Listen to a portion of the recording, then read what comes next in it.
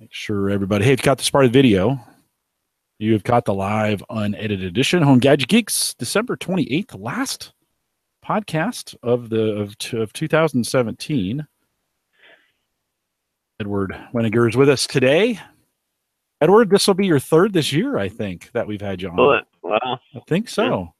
I think it's this, maybe cryptocurrency's hot. I don't know. I see quite a bit of it in the news recently. So yeah, well, okay. So here's maybe I'll say this during the show too, but here's how I know something's gone big. When some of my non-technical friends come and ask me questions about it at work, like this was when Serial came, when Serial, the podcast, made it big. Somebody came to me and like, have you heard of Serial? I'm like, yeah. Like who? Like I'm a podcaster. Of course I've heard Serial. And so I kept getting queries from people on, have you heard? Did you watch? This podcasting stuff is so cool. Yeah, it's cool. I've been doing it for 4 years, but it's cool. Okay, I get it. Well, in the last 2 weeks, Edward, people cannot stop talking to me. Just normal people at work, like, hey, tell me what you know about this Bitcoin thing. How do they know you know about it? Because I've talked about it before. I mean, it's since you were on Fall, and then we had Dwayne Robinson right after you. And I was still, because I knew once I got in on this thing, like that's the kind of personality I have. Like I eat the whole bag of Tootsie Rolls. I eat the entire thing of chocolate. Like I don't have any self-control. I got down this road. Like if I'm getting in, I'm getting all in. So I've been holding you at bay. We've been talking about this 2 years ago. You're like, come on, just dollar cost average in, try out the ATM, that kind of stuff. I'm like, Edward, you don't understand my personality. Like once I'm in, I'm in. Well, Dwayne, it wasn't you. It was Dwayne Robinson. Dwayne's a Microsoft employee, but he got into crypto. And so he came on and said, oh yeah, you can buy these NVIDIA 1060s. There's the price point, like $200. That's a great way to get in. You can do one card. It's not a big deal. And so at the end of the program, like I'm in. Oh, that just broke open. Yeah. Well, it's your personality, but that's kind of how either it's all the folks that are in the space are like that as well, or it's just the way the space just keeps you alive. And no, it's yeah. Well, we'll talk about this more in the show, but so I've kind of made it through the GPU phase, right? And that's okay. I mean, we're doing some of that, and that's fairly matured in my system, and I've got it running. I don't really mess with them very much. I just let them create, $10 or $15 a day. But over the last couple of weeks, we spent a whole bunch of time on storage. And so we're doing, Saya, Storage A, and now mining on Burst. And I just finally got Burst up and running, maybe in this week, working right and well. And of course, then I go crazy with hard drives, and it's even worse because I'm a storage guy, right? I came out of the home server space, and so I know how to build storage arrays. And you're like, oh, wait a minute. So the more storage I throw at this, the better it is. And by the way, the energy cost is significantly less on something like Burst, significantly, like 95% less than you would have on running these GPUs full speed for, So I just watched watching a video about mining Burst the other day, and you and I had talked about whoever it was, LaCie did their spare storage thing back in the day that didn't work out so well. So no, it didn't. They didn't have the blockchain to secure it and to charge for it. And you think they had an international currency problem. If they were ever they had tried to do a sharing, like you give us 2 gig and we'll give you 1 back. Like that was how they they got away with this. And there was 256-bit encryption, all that stuff was encrypted. You weren't getting to the files. But they didn't really have a great way to pay for it. And they didn't really, 2-for-1 was kind of a monetization scheme of some sort, but they never got to the point where they could trust it completely. With Saya, they've got this concept of collateral. And so now the renters have some incentive to not just walk away. Well, you never had that incentive at Voila. Yeah. So, the renters could just, expose storage and then say, I don't really want to do this, and walk out and have nothing to lose. Well, was that from the fork that you were talking about when they have the incentive, the assets or whatever? Is that from the hard fork, or is that how it's always been? Oh, no, that was from Voila. That was the old. Oh, okay. So the old system, this was 3-4 years ago. Voila, in that system, I'd give away 2 gig. I would get a gig back that I could use for the cloud. But it didn't have any kind of collateral. It didn't have any kind of penalty for backing out early. I mean, there was just, the incentives were all wrong. So it never really worked. Where in Saya's case, they've got collateral, they've got incentive, they've got coin you can mine, there's some value in it. So it hits all those sweet spots. Now, I still don't know if they have their business model just right. I think Storage has the right business model and the right way to do it. They're just a mess internally, and they're gonna have to figure some things out. Like, we could get those two companies to merge. And, Saya's really got a good UI, and they have a good support area, and their forums are nice, and the storage forums are awful. I want to take a shower every time I come out of them. You're like, oh, this is just dirty, And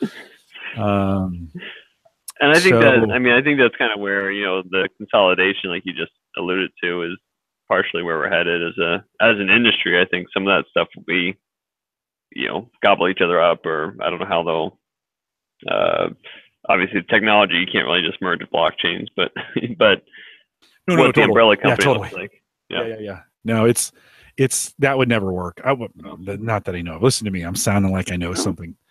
But if we could get those two technologies, I think storage just has the better business model of the way the actual storage works. Saya is more of that open source, like one-to-one. It's like the Uber of storage. Like, you've got guys driving cars and they're driving other people. With Saya, you send your data to me, and then you're renting space from me, and I get all your data. And then you and I have this 13-week or 26-week or whatever we negotiate in the software, relationship. And I just don't see that working. Whereas with storage, they broker all the customer interaction, and they pay the farmers. And so I like, they call them farmers. I like that terminology. But they go out and they pay. Now they're priming the pump right now, and I'm afraid they're priming the pump and they're overpaying farmers to keep them in the system because there's just not enough activity as they're trying. So they're overpaying them with the ICO money, basically. And so, it's like, if that runs out before they get a viable business model, then they're not going to be able to pay the farmers. Farmers are going to walk. Now, they have plenty of storage. I think they have 5 petabytes or something right now, and they're using maybe 4 or 5 or 6% of that. So they got plenty of farmer storage. That is there. Now the farmers are impossible. That's who makes me feel dirty in the forums, because they are brutal, And so it's been an education. So are you only? Oh, go ahead. Are you only utilizing, like, if that's how much storage they have available, and only a small portion is being used? Are they only using a small portion of what you've made available to them then? Yeah. Okay. So I gave them 12 terabytes of available space, and said, no, actually 16. I gave them 16 terabytes of space and said, now it's not all real, and it's not all there yet, but said, if you want to use this, it's the other good thing about storage. Saya locks up if you give them space, they lock it all up. And so you can't, it's just locked down. Storage, they only use it they only take it as they need it. So I gave them 16 terabytes, but I'm using maybe 12 gig at this point. So I can, right. It's just not, it's just not. So it's very viable, but they're paying everyone, right now they're paying everybody $1.50 a node in storage coin, regardless of what you do. So it's kind of this, they're trying to keep farmers in the system. And so, so in November, I made $1.50. in storage coin, which is worth nothing. Literally, like you can trade it, I guess. But so for me, we should talk about this on the show. For me, the value is staying involved in the technology. Not, I mean, the money's okay, right? But I'm not running a business. I'm not running a Bitcoin business. Yeah, I was trying to look at the questions in the chat. Yeah. Well, Emily had said her uncle her uncle was asking me about it, which really scares her because when he's asking her, it means it's gone mainstream. And that is, I have this group of friends at work, and I kind of know they're my, they're talking about it, it's in the CNN is talking about it. CNN's kind of the last one to get to any of this kind of technology. And so you're like, oh, yikes. All right. Chat room, you guys, I take it you guys can hear us okay. I'm a little late to the punch here tonight, so I appreciate you guys hanging tight with me. And if I get just a quick sound check, just want to make sure you guys can hear us okay. And then I'm assuming the chat room seems to be working okay. We had issues with the chat room earlier, just before the show, about 10 minutes before. I couldn't get it even to open. So I was going to try to move everybody to YouTube, and then it came back up. So I'll just wait to get a sound check from the chat room if one of you guys. Good to see you guys. Emily, other Jim, Ken, Drashna, Scott, and Ken. John's out there as well. Okay, John says it sounds good. John, glad you could join us. All right, and I got your notes. So we will rock and roll. We'll rock and roll through this. Edward, let me do a little intro, and then we'll throw it over to you. Sound good? All right. Yep. Okay, let me do this thing. Here we go. This is the Average Guy Network. Oh, hold on. Let me get the video right. There we go. This is the Average Guy Network, and you have found Gadget Geeks show number 339, recorded on December 28th, the last show of 2017. Here in Home Gadget Geeks, we cover all the favorite tech gadgets that find their way into your home. News, reviews, product updates, and conversation, all for the average tech guy. I'm your host, Jim Collison, broadcasting live from the AverageGuy.tv studios in a blustery Bellevue, Nebraska. Edward, have you looked ahead at the weather? -23 on Sunday. Like we haven't seen this cold in a while. No. Yeah. I've seen reports elsewhere, but it hasn't gotten quite that bad yet here. So yeah, well, we're gonna see the weather for the Omaha area, 19 today or 19 tomorrow, 2 on Saturday, -2 on Sunday, -29 that night. Yikes. We have not been that cold here in the Omaha area in a while. And then it comes back, but we got some cold weather. The good news is we can stay inside, mine cryptocurrency, keeps the house plenty warm, right? Of course, we post a show with world-class show notes each week out at theaverageguy.tv. Sometimes I do come into the basement and I know when the miners aren't running because it's cold down here. And yeah. Like, hey, that's my alert mechanism.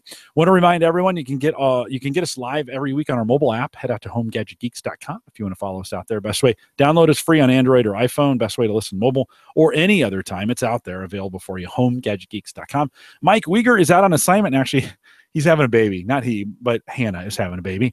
And so he is out. He really wanted to be a part of this program. So Mike, we miss you tonight. Then a big thanks to Dave McCabe and Keith Lunsford last week. The big drone show got a lot of good positive feedback on that show as well. A lot of interest in that, and we want to thank those guys. If you haven't gone out and listened to the most recent Reset episode from Dave, head out to reset.fm and watch it or listen to it on the web or download it. Talks a little bit about his time on the show, plus some of the crypto stuff that we've been talking about. So if you haven't subscribed to Reset, go out and get that done. But we thank Dave and Keith both for coming in.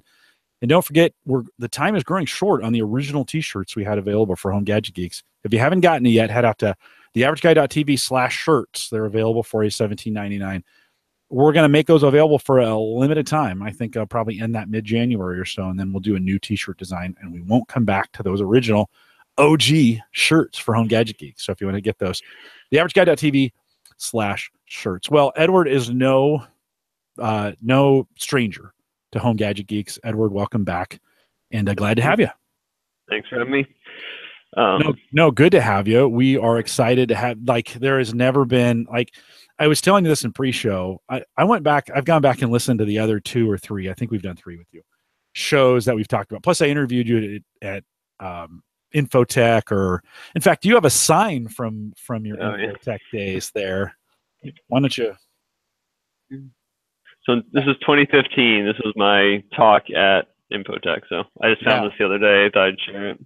Yeah, so that's right now how Bitcoin will affect you in the next 3 years. That was you covering that. It's interesting. I had you on the show in the day when we first started doing this. It was kind of a novelty, you know. We're thinking about Bitcoin. Everybody's like, "Oh, ha ha ha," whatever that is, and like a lot of those things. I'll just admit, 50% of what you talked about just kind of went right over my head. I was I was agreeing with you. So I went back. I'm like, oh, I wonder how much I really missed. And after the last 6 months of kind of digging in on this cryptocurrency stuff, I went back and listened to him again. I'm like, oh, I missed so many good questions that if I had just known, I would have asked you. But you agreed to come back on. So thanks for doing that. I appreciate it. I'm glad you understand. Like, I mean, yeah, there's certainly, you can be able to talk, I guess, or use some terminology or to really understand something is certainly, there's two different things. And so, you know, as you continue to read and study, you'll hopefully grasp it all better. And I've seen a lot from like on your Facebook group and such about from other people as well about all their crypto adventures. So it's been funny to see that. Yeah, it's been fun. I've been working with Dave McKay, Mike Uyghur. A bunch of us have gotten into it. And it does remind me, Dave talks a little bit about this on his most recent episode of Reset. It does remind me of our old home server days from 2008, 2009, when we were all building these monster home server rigs. And it was like, how much RAID could you put in there? And how could you tweak them to get better drive performance? And how big, you know, how you know, I got 16 terabytes, you know, and it was kind of a race to see who could build the biggest gear. I feel like we've kind of rallied, at least some of us have rallied around this with gear, because it's a gear intensive, and it's not just GPUs and video cards. We've been mining on Burst, which is a hard drive based or storage based miner. We'll talk about that maybe a little bit later. But so there's other ways to do it. But now that I've got through the GPU stuff, I'm starting to stack up hard drives again, and I feel like I've come full circle to the home server show. Yeah, I'm talking about. Well, Go ahead. Somebody from your group actually is who turned me on to Burst, because I had not even looked at it yet before they brought it up last time we were on or something like that. So yeah, I don't even know what the current. I think Ken did. He's been on it, or I can't remember. It's a 6 cent. You know, it's at 6 cents right now, but you know, for our community, Burst I think is the one. If you don't want to invest $200 in a GPU, most of the folks that listen to me for my home server days probably still have some storage gear laying around, and it doesn't take a very powerful CPU, and it does help to have a bunch of RAM. All of a sudden, like, you have a home server, like low CPU for energy usage, high. A lot of them have put a lot of RAM in there to kind of handle all the stuff that was going on, or they could run multiple things in it, and a whole bunch of hard drives. Well, that's a Burst box. You know, that's if you're going to build a Burst miner. Very energy efficient. Yeah, it mines its own blockchain. You can get rewards. It's got a big community around it. There's some interesting things you can do. So all of a sudden, we come full circle back to the home server stuff. Yeah. You could talk about, like, I mean, I don't know if this is a great analogy. I was just thinking about when you're saying that. Like, what other analogies can you come up with along those lines? But, you know, talk about like Elon Musk and the Boring Company and like digging tunnels like the subway. Like, we're back to subways again, but these are like electromagnetic subways and such. So yeah, well, what's interesting is some of the same gear, like most of us, I mean, we've kind of scaled down our home servers, and we use them in some form or fashion. And I still have the N40L. Was my last gen home server before we stopped really doing that stuff. It's still my home server and still run it, but I still have all these components around here from those days. You know, I've got hard drive docks and a bunch of hard drives that were stacked up and stuff I wasn't using. And all of a sudden it's like, oh, this kind of stuff would work pretty good for this. And the power consumption so much different on Burst than it would be for the rest of them, because your hard drive runs at about 5 watts. And so, you know, even 10 or 15 drives probably equal the same power consumption on a GPU. And the way Burst mines, it's sporadic on the hard drive. So it's not like it's running full tilt the whole time, right? So it's not like you're running 5 watts the whole time. So you can get a whole bunch more storage out there for probably less than you would have one card. A lot of us are mining on 2 or 3 or 4 cards. We're going to see your rig here in a few minutes, but so Burst is for home server people.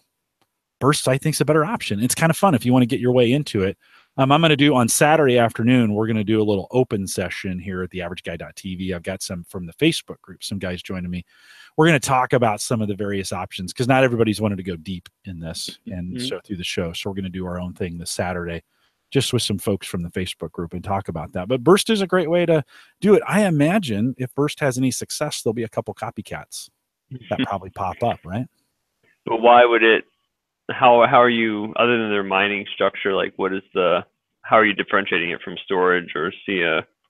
Well, those are actual storage offerings. So okay. Burst is not about storage at all. It's all about plots. And so, right, you're plotting those hard drives, and then it's finding the solutions for each of those nodes via the plots on the hard drive, and it's securing the blockchain that way. So instead of running a GPU, you're running on hard drives. Got it. There's no storage contract. It's all about mining coins with Burst. What is the purpose of Burst then? Does it have one, or you're just making money? I think at this point, I think it kind of started, and I bet they've got some kind of idea what they're trying to do. You know, most of them saw the problems with Bitcoin early. This is what I'm finding out is like, I think the whole cryptocurrency knew that Bitcoin's not scalable. Like it just doesn't scale.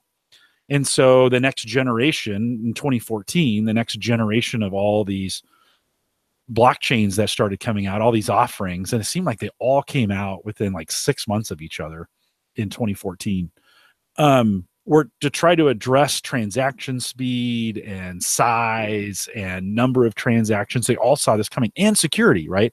There was a jump to 256 to SHA 256.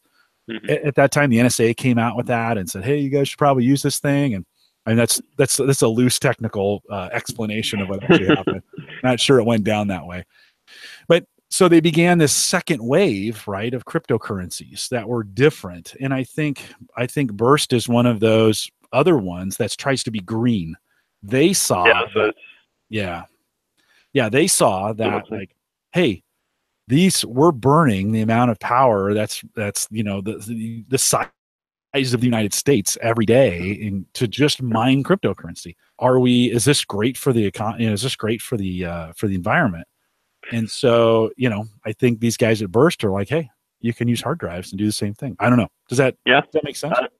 I like proof of work. I'm a fan of proof of work, but whether it has a real future or not is anybody's guess. So yeah. Well, does any of this have a future? I think that's the real question. That seems to be the question that the media is asking right now. Like, It's great that this is, people are speculating wildly on price, and it has turned into its own commodity, and so the press, how do you answer that question? You're in this space. When you look at the future and you kind of, besides the speculative purchasing and some of those things, what is the future as you see it, since you had that sign? I think so. Something specifically about proof of work, you could talk about, and some of what we're doing in terms of, because we are building a mining farm, and so we are trying to figure out how we do that as cost effectively as possible, like everybody else is.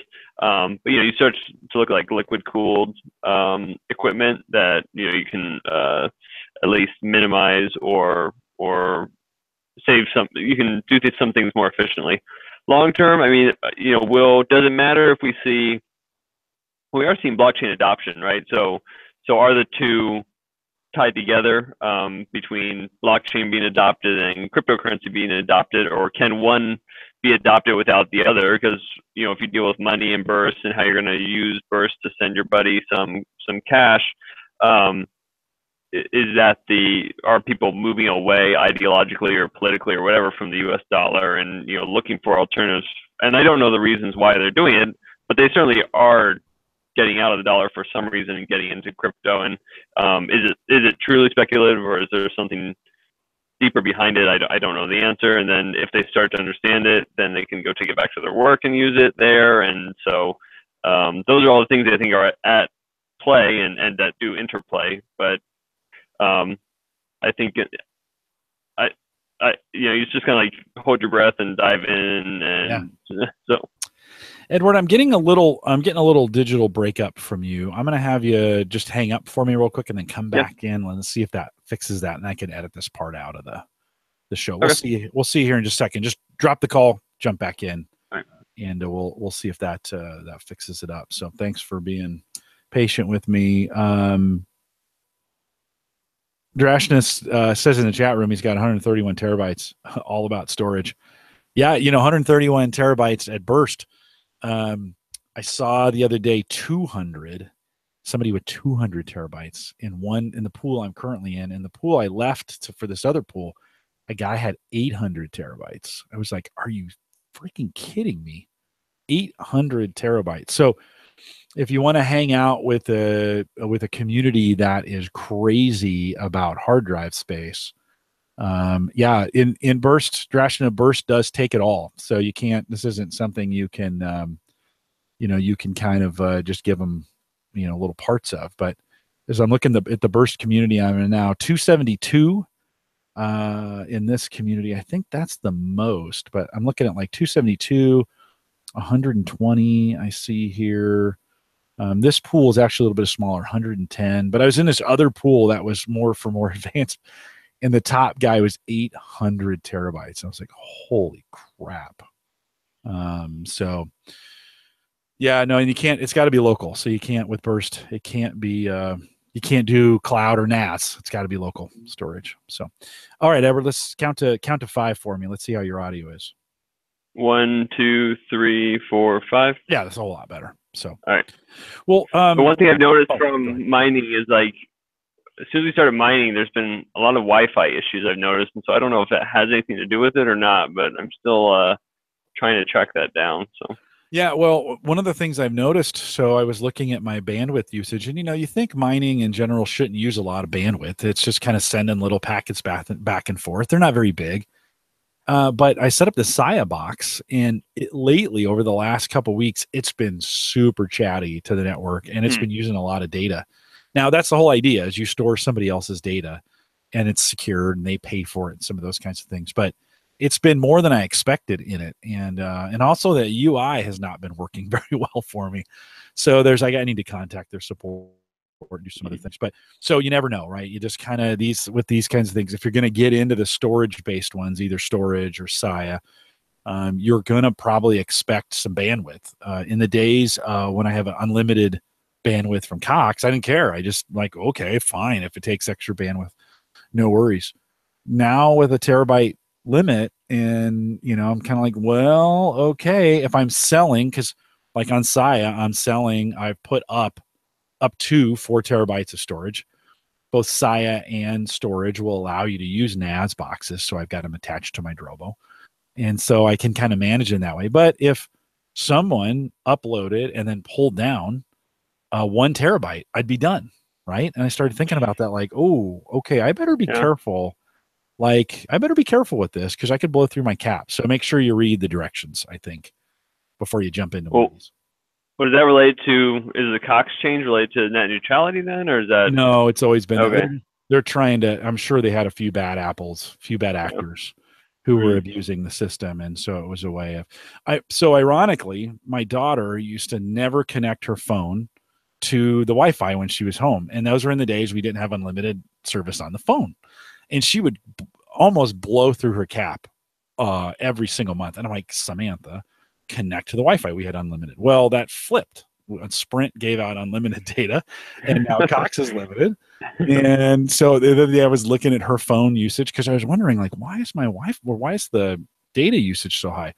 I was looking at her phone. Well, sure enough, she's connected to the Wi-Fi. She's used 65 gig on her phone since she's been home from school for break. I was like, it's all YouTube. It's streaming 4K or whatever on YouTube. So, you kind of got to be careful what you're what you're doing there. Hey, let's talk a little bit about Alpha Bitcoin, because I want to give some folks an update. Since we talked last, you guys have put a new box, a new ATM, right? New kiosk in Lincoln. Talk a little bit about that. So we have one in Lincoln now, and we're I'm maintaining it still, right? So it's still within my driving distance, but we're getting ready to go outside of that driving distance, and now I'm gonna have to it's a little be an adventure to rely on the cash service. Whoever we have maintaining it is going to be it's going to be in their hands now. So Lincoln is going well. We can do you can buy and sell Bitcoin and Litecoin there, and then the fees have been the Bitcoin fees to send money is so we are going to we're going to have Bitcoin and Litecoin now in Omaha as well. So if you want to buy Litecoin, you should be able to next month. So it's going well. It's about a third the volume of Omaha.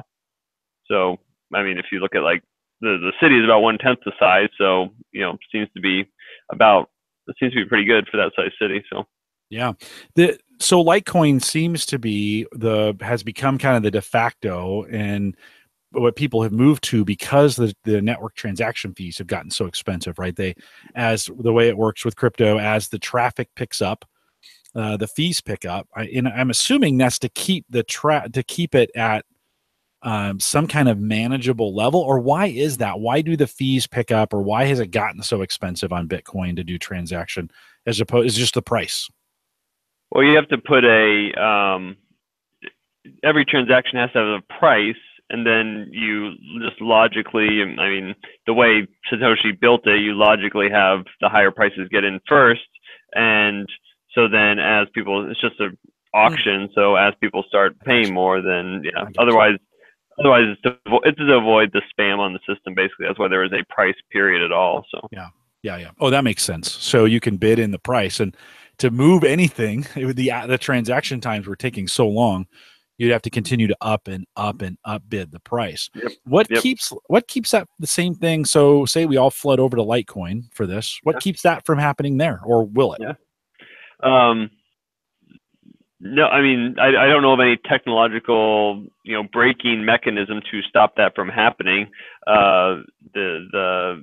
There are, I'm sure, some cryptos, I don't know them off the top of my head, do have some ways around that, and they're all different, fee structures. But I don't, you talk about Dash, where Dash has, this kind of a crypto of payments type thing. That's how they're billing themselves, and so then deals like they're dealing with micro transactions, and that's their sweet spot, and so they've kind of tied everything to that. And so then you have a scenario where even if it goes up, it might not go up that much, but the network can handle more transactions, so it's not a big deal, Yeah. So. Well, and that seems to be in the space where everybody's going to compete. I think we have seen Bitcoin has been exposed.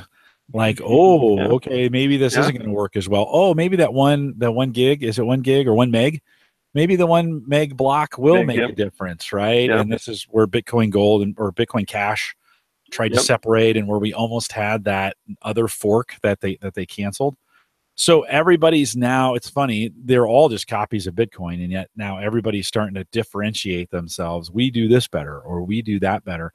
Really important, I think, if you're going to understand each of these coins, that you really read their white paper as well as their marketing materials, as why they're separating, and they all have this little niche of some kind, or at least they're working on this little niche, which I think is really cool. So Edward, why not Ethereum? Why is Ethereum not become the de facto? Why Litecoin, and why not Ethereum? I think people, I guess I don't know whether Ethereum has not become the de facto. I think that there's people keep it because they can do stuff with it, whereas Litecoin is more of like a throwaway. Like, why do I have Litecoin? Well, it's $200. It's been $200 for the past 6 months. Like, so it's a store of value that is fairly steady. And so I think people jump to that because they can buy crypto kitties with their Ethereum, but they can't buy buy it with their Litecoin. So okay, what does that mean? What are crypto kitties? What does that mean? just if you Google it, so it's a game on the blockchain where they tokenized. They look like little Pokemon animals, and they're kittens. And so you buy these kittens and you groom them, you raise them. They store value. They as they grow older, they have they become more valuable. They have different features that cause them. So it's all these different tangible or visible reflections of what a coin does or is. And so they made them into kittens, and people, the Ethereum network's gone crazy. People buying and selling crypto kitties. So you can't. I missed that whole. I missed that whole thing. I don't know how I haven't heard about this yet. My community would go nuts with that. By the way, they'd be like, "Oh, this is the stupidest thing I've ever heard." But it's gamification of it, right? I mean, that's really what drives a lot of this. Kind of a lot of the frenzy that's going on is a little bit of a gamification. I have a storage. That coin is a token, right? That sits on Ethereum. How is that different? It's not technically a coin. I can trade it, right? But is it a coin, or is it? It seems like it has some tie to Ethereum. So it was. I don't remember what it was built on or what I should know. Anyways, it was built on something else, and then they converted it, right? Right. Yeah. So if you think about it, this might not be the greatest explanation, but if you think about it, like when you're writing contracts in Ethereum and using Solidity or the language of the smart contracts there, they essentially instead of using PHP, they're now using Solidity, right? So they're using the same basic terminology or language or coding to whereas before they were doing something a little more obscure. So okay, yeah, I just noticed it was a little different. I had to use a different kind of wallet to get to it, and so it's just not, even though it's traded on the exchanges, it just seemed a little bit different. Did you go through did you have some that you had to convert then, or was this all after this is all after the fact? Okay. Yeah, no, I got in right after they had made the conversion, so I didn't have to worry about conversion, but I think I used my Ether wallet for that, and so I gave them a number, and what's interesting, right, is each one of these uses a little bit of a different security system, and I shouldn't say each one, but many of them are a little bit different in the way they're doing things, and their wallets are a little bit different, and so it's just, for me, I don't know, it's that challenge, and maybe it's no different than buying kitties, but it's the intrigue. It's annoying. It's a problem. I mean, it is a problem. It's just to try to keep up and try to figure out, if you're trying to pick winners, if you want to make a lot of money or price, then how or why is this one different? You're digging for needle in the haystack for what it does, and if it's going to be a valuable change. I've heard a lot of people say, "Don't you wish you'd have gotten into this a year ago?" Especially like on the mining side or that. And I've even thought of that myself. But then as I've dug into this, a lot of the software is maturing right now that's actually usable. So as I've gone back and read through a lot of the communities, I've seen just a real mess, and things not mature and things not ready, and wallets getting hacked, and people losing a lot of money, and the community has not been mature.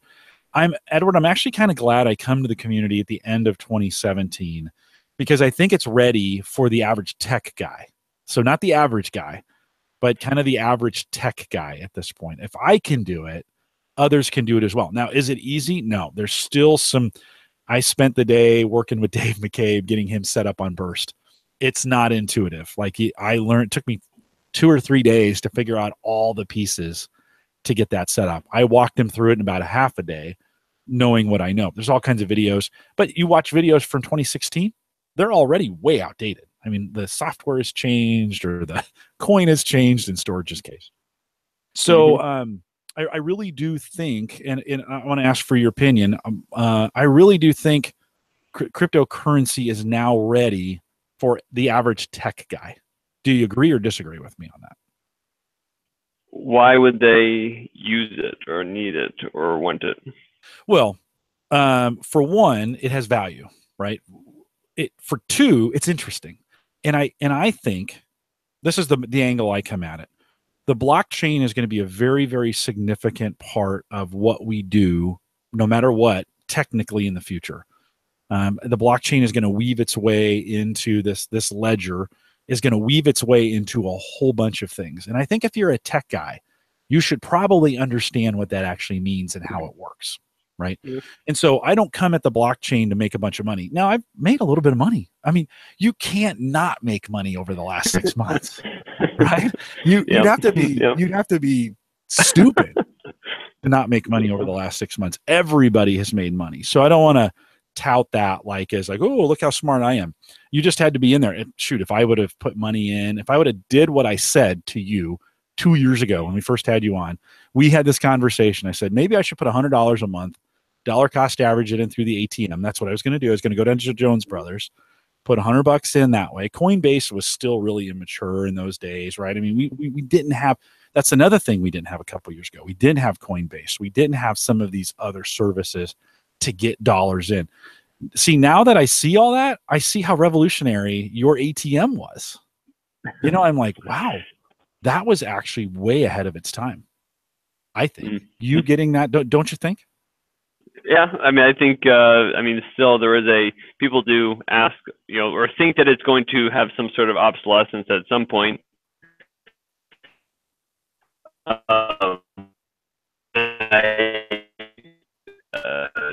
I think so. If you remember, you and I were talking about having a true ATM with cryptocurrency functionality, and that's actually what we're going to hopefully. Well, sometime this year, the first half of this year, we'll hopefully deploy our first one that will be a true ATM with cryptocurrency. So the obsolescence question for the Bitcoin kiosks is a little irrelevant for us. So right now we're looking at basically what ATMs in the city we can replace. So I think, so yes, it was ahead of its time. It had its time, but I think we're just gonna see, just like you kind of described, a lot more integration into more traditional systems, just like CME and SIBO releasing their shorts positions. So. Yeah. Well, so, I think for the average tech guy, to get back to your question of why does it matter, they need to know these things. And I cannot tell you how many conversations I've had with senior management around, much like when we talked about storage or networking or some of those things.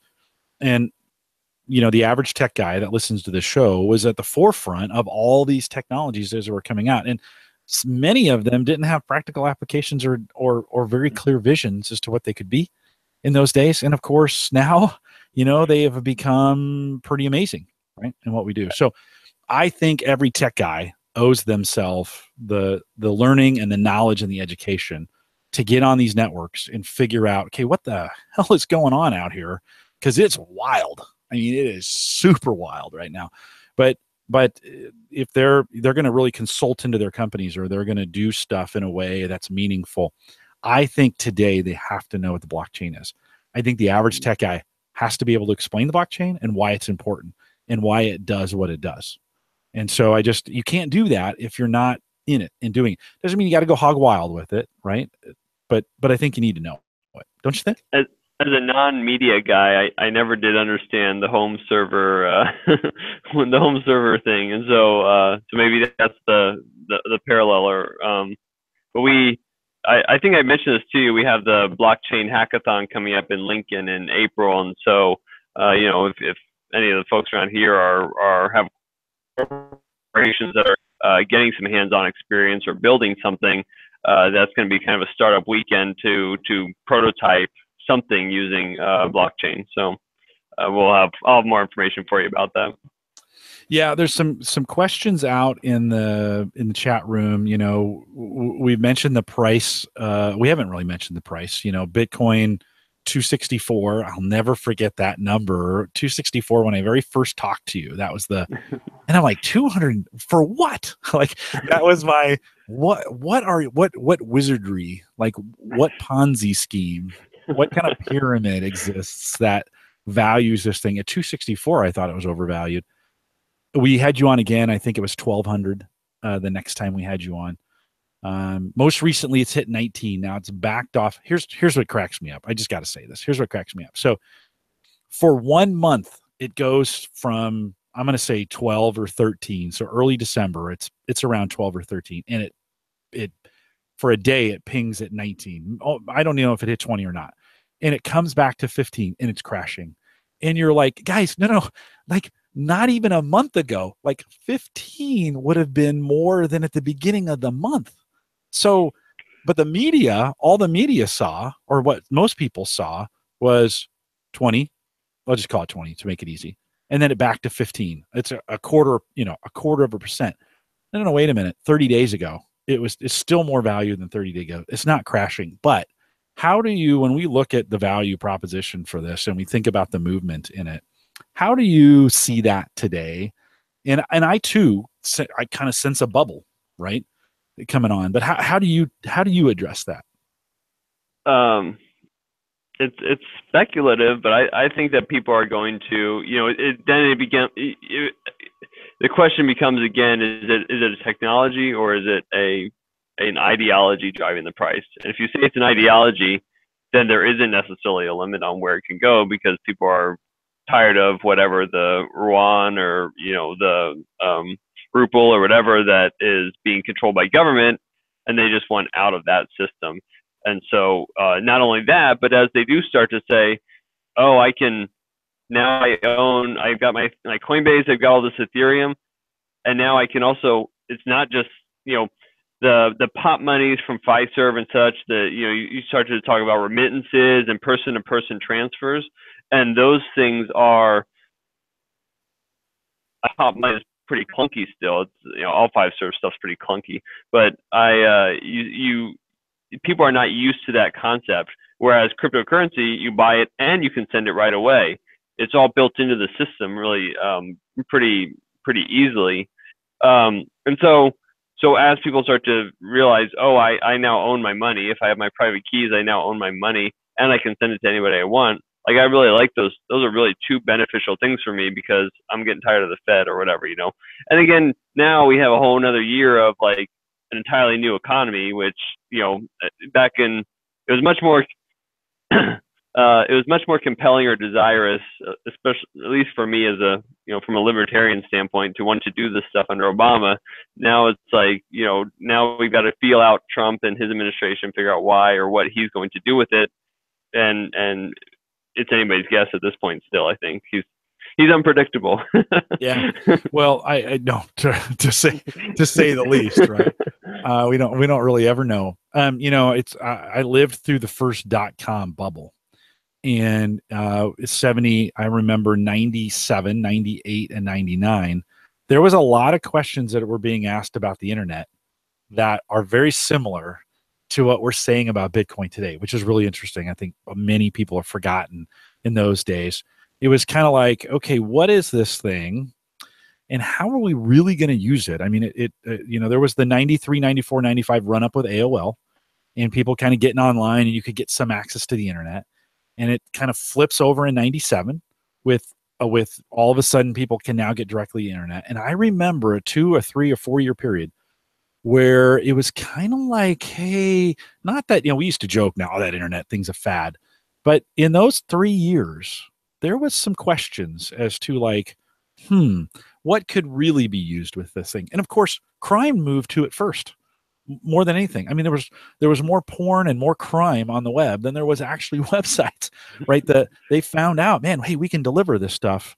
And so even in some of those early days, crime was like, kind of take on this aura of like, oh, what's out there? I see a lot of similarities in between those times and then 30 years later in 2018, or 20 years later in 2018, when we say similar things about Bitcoin. And you just said it yourself, like, to be used for what? You're going to have a hackathon where people are going to kind of do some things to maybe figure. I see a lot of similarities between 1997 and 2017. But back then though, there was like, what, when you ask the question, what can pets.com do for me? There isn't at the end of the day, if I can buy the same thing while I'm shopping at the grocery store for almost the same price, then there isn't any underlying differentiation, right? Versus if you ask the question, what can Bitcoin do for me? Then that's when it becomes a commodity, or there's the answers are more inherent to the situation rather than just some 20-year-old, CEO that just bought a domain, right? There's no secret sauce there. Yeah. Well, I see some very similar in the way the public is treating, or the way the public is seeing this. But I think it is. I think there are, like, I understand the question of the same, but I think that's also because they don't understand, and so people didn't understand why is pets.com great, and then they came to the realization or answer, oh yeah, it's not that much different than Baker's, and so then, but now they're asking, what is it? Why is it different than the money I keep in the bank? And there are real questions, there are real answers to those questions. Yeah. Well, in those days, 97, we could not imagine a day when a UPS truck would pull up in front of every house and deliver boxes of stuff. People were like, because it cost a lot of money to ship. If you were going to ship anything via UPS, you were spending $7 to $15, which in $97 was a lot. And you start thinking, okay, so I'm going to buy the same. Can't I just go down the street and get the same thing? And they couldn't see how delivering on the doorstep, it just was so different for people. Today, we take that, like, of course, why wouldn't I just get boxes? In fact, we're creating whole industries around protecting the boxes and taking pictures of the boxes. And now Amazon's going to try and put them inside your house, right? I think the same thing's going to have to happen in the cryptocurrency community. This is why I think your hackathon's so important, because we need to continue to hack on this thing to figure out where is its real strengths and where will it live and what place will it be. I remember in the very first podcast you and I did, I asked you, is Bitcoin going to be the one world currency? And you were like, not in a million years, right? That's not what it was designed for. But that was a very ignorant question, because I think a lot of people think that. I think they think it's going to be a currency of some kind, and its value, and it can act as a currency. But I think we are just scratching the surface on where and what this ledger, what this blockchain can do for us. The coins are kind of a side point, to be honest with you, to the blockchain technology. I think the important part is, what can we do with the blockchain that adds value to somebody's life? How can we make that work, and how can we secure it? The coins are a little gimmick, to be honest with you. They're a little gimmicky. And just like you said with the Ethereum stuff, they can be a little distracting and a little gimmicky, to be honest. I do like that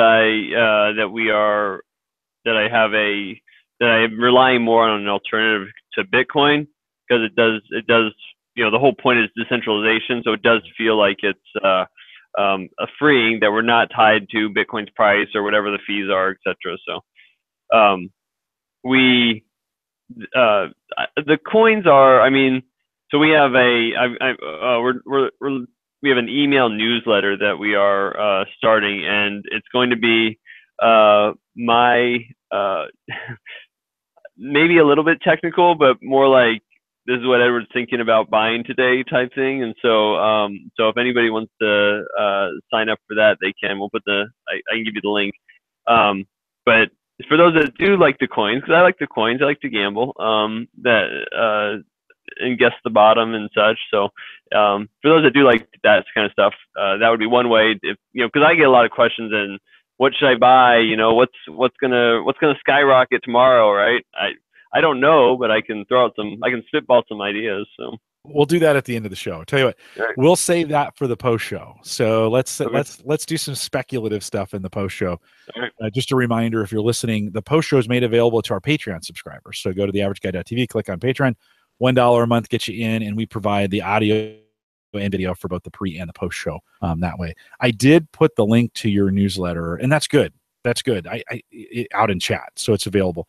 Edward, there is an element, though, I do like, I just called him a gimmick. There is a little entertainment value in, not a little, actually, there's a lot.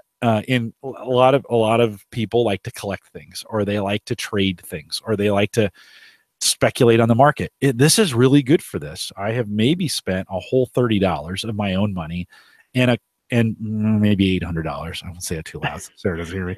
In equipment to mine, right? And everything else has been what I've produced. I'm spending a little money on power and some of those other kinds of things. I had a fridge that was burning up a lot of energy. It was an old fridge, and I replaced the miner. We threw the fridge away, so it was just a 1-for-1 trade, which was actually pretty cool. But you're right. There are some, and for people who like to do that kind of thing, it does. This is another thing that we haven't done this before. We did this with junk bonds in the 80s with penny stocks, right? The same kind of idea. Cheap, could get in for a penny, and you hope it goes to 2 pennies, or you hope it goes to 5 pennies, right? It's nothing new.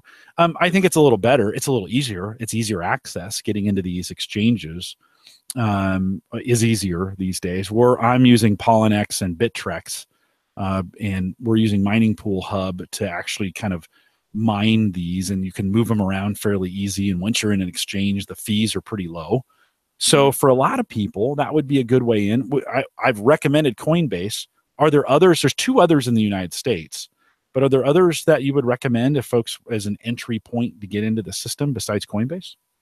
Even and we were talking about the nice hack earlier, and the risks involved. But even Poloniex has gotten a little bit of bad press, or rumors of scandals, and so I use it. I mean, so I implicitly trust it by using it, but Poloniex makes me a little nervous. Bittrex is not taking new customers now. At the moment. They shut it off I got in early on it, but one of our listeners did not and wanted to get in, and you can't, right? So they're upgrading their systems. Well, they say, they're. You know more? No, I'm just saying, like, I think that is probably closely tied to the whole Coinbase IRS thing of like what is I think they know a lot of people are using it to get away with, and even you didn't specifically ask, I don't think, but like even the price run up at the end of the year, I think is tied to tax evasion in large part. I don't think now in 2018, I think there's a lot of promise, and there's I don't think that I think we'll see a dip. This is not financial advice, etc. But I think that we'll see a dip after the first of the year for that reason. And then the rest of 2018 will be the general steady incline after that. So if you're getting in, you're listening to the show and you're thinking, holy crap, I need to get in on this now. The expectation should be, to be honest, you're buying on the downside, right? For most people, let's just be honest. This, like you said, we'll probably see a pullback. There'll be some profit taking as well. This is what happens in the stock market. There'll be some folks who are going to, at the end of the year, who are going to take profit. We're going to talk about taxes here in just a second because I think this is important. But then I think, like you said, I think January we're going to see a dip, and everybody's going to say the bubble is bursting, and that's the best time to be in it. Like, you want to be in the market as the bubble is bursting and ride that burst all the way to the bottom. So just get prepared for it if you're thinking about that. Now, it could, listen, I'm not a magician. I can't predict the future, but chances are that's what's going to happen. And if it doesn't, awesome. You're not going to lose any money. It's going to be great. You talked about tax and tax evasion, but let's just talk about taxes for the average guy. John Biggs and I have been talking a lot about this over the last couple of weeks, but we do have to remember that this is a taxable event, and the United States IRS, and every country is going to vary, but the United States IRS is going to view this as property. So anything where you generate income off of it, right? So if I'm mining, I'm supposed to be tracking it, and anything I make on mining, and any gains I make in it when I sell or transact it have to be reported as taxable income. Is that, do you think I'm close on that? I'm no tax attorney, by the way. Nope. Yep. So yes, it is. Well, yeah, same here. I know what I do, but I don't know if I would be. I don't know who's going to be listening, so I don't know if I feel comfortable opining too much. I use the basic framework, because and I even mentioned this in my notes of like the idea of people are even talking about in 2018 with the new tax code of how that's going to change how if you're selling, if you're trading Bitcoin for Ethereum, right, that's a quote unquote taxable event. I am not of that opinion. I think that is a fairly political reading of and they just want to whine about stuff. But so my point being, from my perspective, unless it converts into U.S. dollars, it's not. You don't have to claim it. That's my opinion. I don't even know if that's what my account might slap me for that. So so when you're mining, if you make $1.50 in whatever burst or whatever storage last month, then when you sell it, you get your $1.50. You pay tax on that. In terms of like what the parallel is that because mining is its own beast, right? So if I buy Bitcoin and it goes up, that's really easy and obvious of what that is, what's happening there compared to like stocks. But if you deal with mining, like, are we dealing with farming or income, or like you had equipment that you bought, so are you depreciating that against it? And those are all things that you need to talk to your accountant about. Yeah, no, that's the magic words right there. Is everyone needs, if you're going to do this, you figure it out yourself, or you consult a tax attorney on this. It's pretty clear at this point in everything we've been reading that any mining is going to be treated as ordinary income. So you're going to have to do a 1040 SE against that. It's like a 1099. You're going to have to self-report that income that's in there. Anything, and John just said this in the chat room, any trades are treated as property exchanges. There are some questions inside the exchange of what that means. And you're right. And so, and how much do you want to track? And so the beauty of this, it's up to everybody. Like I'm not filling out your taxes, Edward. So it doesn't matter what I think. You have to fill out your taxes and be accountable for them. But certainly, if you're going to get into something like this, keep good records. And in my from my viewpoint, I think that would be something potentially where like the tax bill just passed, so you're going to see a whole rash of opinions coming out, a whole rash of like supplemental material that makes some clarifications. So we could see the last day of 2018 where the IRS says, yes, if you were converting from one cryptocurrency to another, or they have some sort of framework that they get enough complaints, all of a sudden the last day of 2018, they say, yep, that's what it means.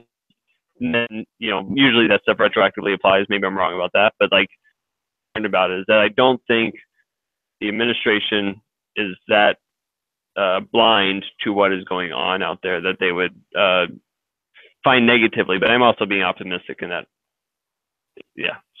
Well, and from an IRS point of view, they have to remember that, do they really want to go after the mom and pops or guys like me who are doing $500? Does that really make sense? It costs them more in revenue to do that than it does. They're really concerned. There are people who have made millions, right, in this. And a lot of our Silicon Valley friends who are on top of ICOs and who've been in this for a while, they have made millions, and the IRS is concerned about them.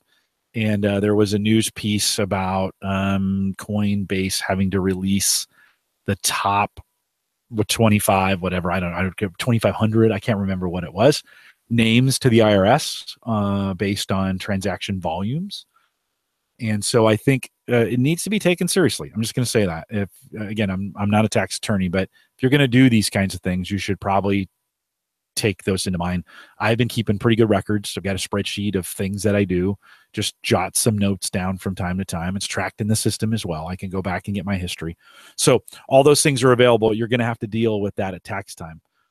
Just don't forget about that. The IRS is going to come and fill in the tax authority in the country of your choice, wherever that happens to be. They're going to ask some questions. The U.S. is leading the way on this, but it'll be interesting to see how this all shakes out. Oop, hold on. I lost your audio. One sec, Edward. I lost your audio. Tap the mic for me. Let's try it one more time. I can just barely hear you. Do me a favor. Do one more time. Drop for me and then come back in. That usually fixes it. We'll do that one more time. One of the drawbacks to Bluetooth audio. So John says, but Jim is the mining kingdom who is leading us. Is that right? Oh, Kingpin, who is leading us all down this path. Yeah, the IRS is probably, the IRS is listening right now. That would be one more listener that I would have, John, on it. But I think I've been pretty clear from from early on. Maybe not from the beginning, but I had a little devil on my shoulder telling me early on, hey, don't forget there's taxes involved in this. And it has been a good reminder to me that you're going to need to take these things into account. I spent a good amount of time redoing my taxes. I think I've mentioned this on the show before.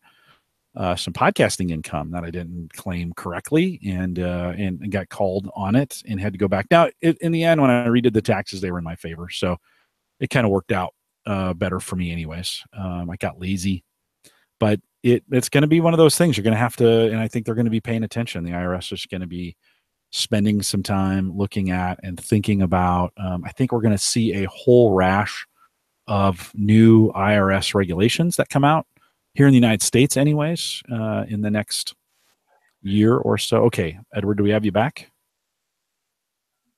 No, we lost your audio completely. That's kind of weird. I don't see if I can just barely hear you. So I'm wondering where that's coming from. Pick up the headset one more time for me and did it die? Did it die? Go up into the settings up here and see if you can change over to your laptop mic. Let's just see if we can get your onboard mic going there and get that changed over. I'll have to go in and cut most of this out, but that's okay. See if we can. Do you know where that's at? If you go into the toolbar up here, then the little round gear, and then it'll be camera, microphone, speakers. The middle one. If no, you don't have that. Are you in a Chromebox? No, I'm just kidding. No, I do. Sorry. No, we'll get it. We'll get it figured out. It's just I can barely hear you. Can you hear me? Maybe you can't hear me. Maybe. Oh, you can hear me. Okay. Yeah. So when you go up into the settings in the round gear that's up there, a toolbar will appear if you bring your mouse up here. How about now? Oh, there we go. Okay. Yeah. You got it. Can you still hear me? I can hear you, yeah. Okay, good. Yeah, we're coming off your. Do me a favor. Let's calibrate that microphone real quick. Just count to 10 for me so Google will calibrate the microphone. 1, 2, 3, 4, 5, 6, 7, 8, 9, 10. Okay. All right. You want me to adjust it on my end? No, because Google will just change it. So they control it. No, that's fine. We got you back. I was just telling folks that this tax thing is still going to shake out over time, and yep. we've got a lot of work to do or the IRS or the government has a lot of work to do to kind of figure this thing out. Right? It's a new problem for them. You have in the notes here Nebraska Mining Center. What does that mean? That's the mining that. Well, so one thing you mentioned earlier was that I wanted to talk about more is the proof of stake, right? So we're looking at how we can, what's coming after proof of work, or how can we diversify, I guess. But in the meantime, we're going full steam ahead with proof of work, and so we have we've got some space that we're going to stuff full of some ASICs, and so we're gonna churn out some Bitcoin and Litecoin and whatever else we can mine using proof of work. So we're gonna hopefully have some folks come along, join us in that to also buy. We're just like buying a plot of land, right? We're going to buy a plot of land and get a bunch of people to plant some crops with us, and we're going to hopefully sell the crops and make some money for them. So that's what the Nebraska Mining Center is, and So yeah, just going full scale. When does that open, and how do I get involved in this? So we're looking for we're treating it. It's not technically a fund, but we're treating it like a fund. So we're looking at like $100,000 minimum to invest, and it'll be the first quarter, and then where it's actually located, I don't know how public we're going to be with that information. So I can fill you in later, maybe as things. No, that makes sense. Makes sense. Very, very smart that way. Hey, so an ASIC, for folks that don't know, an ASIC's basically a kind of a dedicated box just built for mining. Super efficient, uses energy much better than our GPU setups do, can mine even faster than them. And so it's a more efficient way of doing mining, an ASIC miner. They have them for Bitcoin for sure. Some of the other coins, it's funny, some of the other coins have ASICs coming for them. And then there's a whole group of coins that are ASIC resistant, is what they say. And they're like, nope, we're not going to allow ASICs in. So is there a little battle going on between kind of the big farms and the small farms? Well, so we're actually using you were asking about the difference between Bitcoin and Litecoin, and that is one of the major differences, is that Litecoin uses script mining and Bitcoin uses SHA-256. So we're leaning a little heavier towards script, and then we're using a pool. So we're not mining one single coin, and so I don't care what we're mining. It's just, it's automatically mining whatever is most profitable. So. Yeah. Which is interesting. We talked a little bit in the pre-show. I too we've been using Awesome Miner. That's kind of what the group Uyghur and some of the others I'm hanging out with. We've gone to Awesome Miner for some of these, and we're using a mining pool hub as kind of the pool. And there's this idea of mining for profitability, but I have also been thinking about mining for value. In other words, I think there's some coins that are at the 5 or 6 cent range that are probably undervalued at this point, and because of the frenzy that is going on, getting a coin to go from $40 to $60, while you say, whoa, that's a 20-point jump. Well, if you invested in 40, I mean, it's not that much of an increase. But if you can go from 7 cents to $1, that's a huge jump, right? And so I've been actually mining coins for profitability and then shifting those into smaller coins to get larger numbers. Is that a smart way to do it, or is it just a way to do it? I think mine, it's worked out pretty well to diversify and just take some risks and buy some stuff that could shut down tomorrow. And thankfully they quite a few of them have gone up. You find yourself watching the charts a lot, and so it can be kind of time consuming. But as long as you put some stop or put some limit orders in, and or stop orders, and you don't have to watch them, and you just hopefully double your money when they bump up. So yeah, and I'm looking at those even longer term, and since I have so little dollars in them to begin with, I'm not too that worried about it. Like, it's kind of like when you can buy 9,000 Sia coins for $50. You're like, okay, sounds good. I got 9,000 of something. It's like Chinese food. You get 9,000 pieces of rice. So, it's and they're small, right? And the thought is, well, maybe it'll go, and I'll keep my eye on them. And I'm still going to work with Bitcoin. I'm still going to work with Litecoin. I'm going to totally shun Ethereum after hearing about what you know, just kidding. I'm totally kidding. But to say the least, there's some interesting, when we think about what's most profitable. I have been using that term to kind of fund the other coins that I think that I kind of want to invest in. That's a fine strategy. Yeah. I'm also getting involved, like with Burst and Sia and Storage. I'm getting involved in those companies. So I'm doing their offerings just to kind of know, like, hey, what's this company doing, and what are they, what are they involved in? And so some of the other coins, I'll be honest, the Z coins, Zcash, Z Classic, Zen Coin, I know very little. They're all Equihash based, and I know very little about them. So I need to kind of I kind of need to spend some time, like, where do these Z guys come from? Yeah.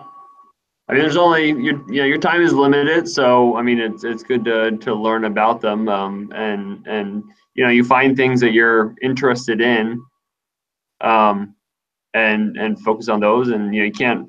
It's kind of hard, or it's gonna take a while if you're trying to learn about everything that's out there. But you see new names, like new things that come out on the market, and if it piques your interest, then dig into it and maybe invest a little. I mean, I think, and that's one of the important things is like what we're talking about is like if you're learning about, if you have some hobby, right, drones, you can spend a lot of money on drones and go buy a drone and fly the drone, but then can you monetize that? Like, what's the ROI on a drone? Like, it's fun, yeah, but then so versus a coin where you can actually put some of your money in and maybe actually make some. Yeah, and Mike Uyghur, who normally joins us, he actually has a drone, and he's created a business around it. But the point is still valid. Like, it's a hobby. For me, it's still a hobby. It's a learning hobby, and so I kind of treat it that way. Okay, you got some hardware behind you that we probably need to take a look at. So this is a pretty, for folks who haven't, just go on YouTube. If you just put in mining rigs, you'll see this. But describe a little bit of what you got there. Yeah. So I've got.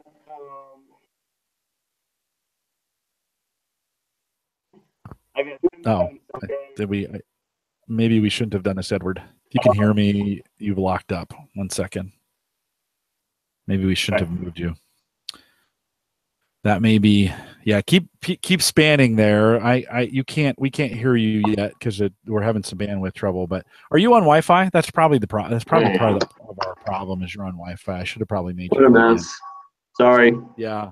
No, it's okay. It's all right. We're shoestringing this thing. I'm usually better than that. But what folks saw on the screen, and many of our listeners listen to this on audio only, so it doesn't really matter. You've got a fairly traditional mining rig with an open frame. I think I saw 3 cards that are on there. So 4 cards? What are you running at this point? That one is going to oh crap. It's been a while. I believe we are using a pool to mine Ethereum. I don't think or anything besides Ethereum. Can you hear me? Yeah, keep going. That's all. That's all. Okay. It's Ethereum. So I don't remember what pool we're on, and it's actually got some. I've got 1 card. If you can see there, I got 1 card directly on the motherboard because I was having trouble with the risers. So there's it's its own. It's when you get into that stuff, it's its own beast. It doesn't. You can use some concepts from traditional IT.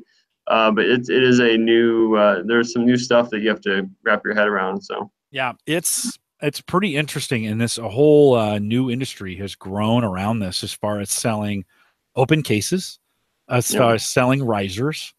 I think we all know about the impact that this thing has had on the video card industry, and they're a little hesitant to ramp up their production speed because they don't want to ramp up and have this thing fall out. I mean, they too are afraid the bottom's going to fall out of this market, and they're going to ramp up their production and stuck with an inventory of 1 million video cards, right?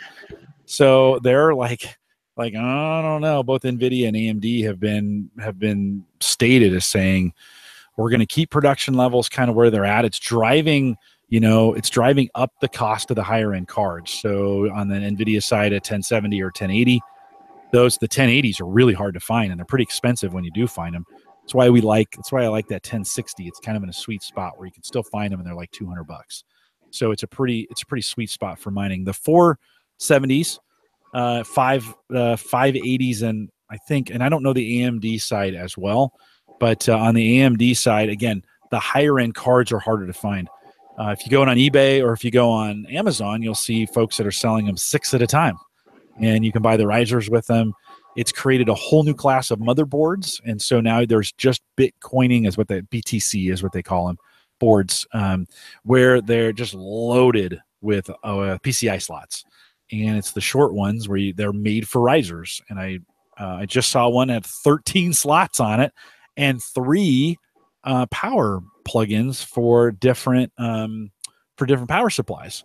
So you can run power supply A, you plug it into the board, and it runs ports 1 through 5, let's say. Then you plug in power supply B, and it runs 6 through 10. And then C runs 11 through 16, whatever, 13. And so they're designed specifically for these open case, 13 CPU on one motherboard setups. And it's pretty crazy and the board itself, I think 240 was the last price on that board that I saw. I imagine that price will come down some, and then power supplies are going to run you 150 to 180. Well, the more cards you can run, the more cards you can run on one system, then you're obviously more efficient. And even the power supplies themselves are pretty much custom built, right? Like there wasn't any concept of that really before this, and so there wasn't much to design new hardware for before mining came along in the past decade. So it's kind of neat to see the innovation and competition happening. So yeah, it's kind of changed the way we look at building these. And an ASIC is kind of the end of the line design run on these. It's taking all of that and jamming it into a smaller box, making it more efficient, getting the cores to run a little bit different. I mean, there's a lot of things the chips are specifically designed for them. So you get a lot more out of it. But if you're going to do it, I have found, Edward, for the average guy, I have found 4 cards is the sweet spot. It's a good, for most people. I have 2 different PCs. They had 2 PCI slots. I could put them in and out buying equipment. I already had power supplies that were 650 watts or more. Those power supplies have 2 or more, power plugins for the cards, right? They need the 6 prong. Yeah. I forget what those are called. Yeah. And so I was like, okay, I don't need to buy any more equipment except the cards and check your motherboards. But that seemed to be a sweet spot for me. So how many cards do you have running per PSU then?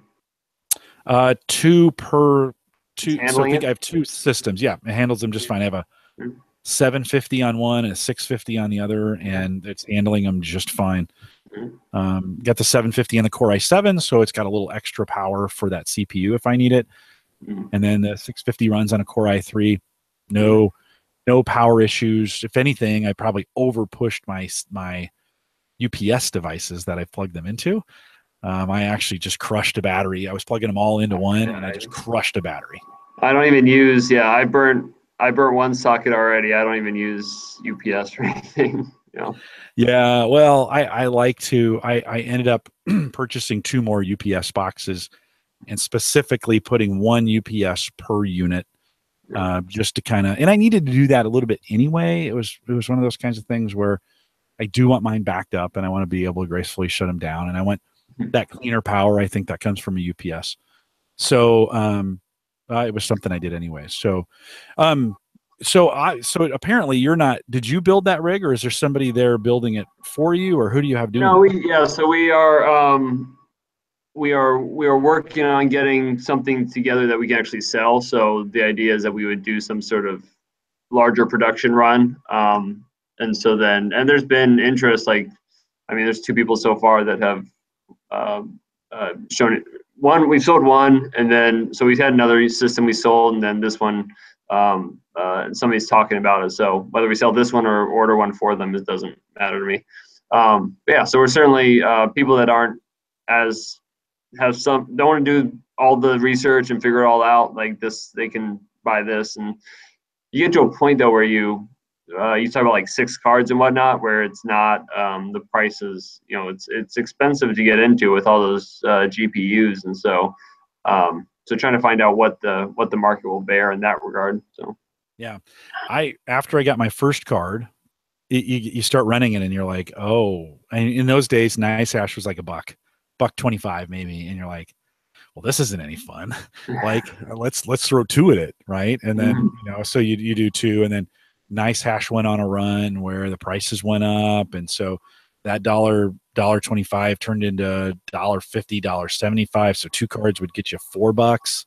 Yeah. Then you're like, oh, and then we saw some $5, and then you're like, hey, if I throw 2 more cards out, it's $10. Like, and you start doing the math, you're like, okay, that's like an 8-month payoff, I think. And to be honest, you think, 8 months. Well, I'm already 6 months into that first card.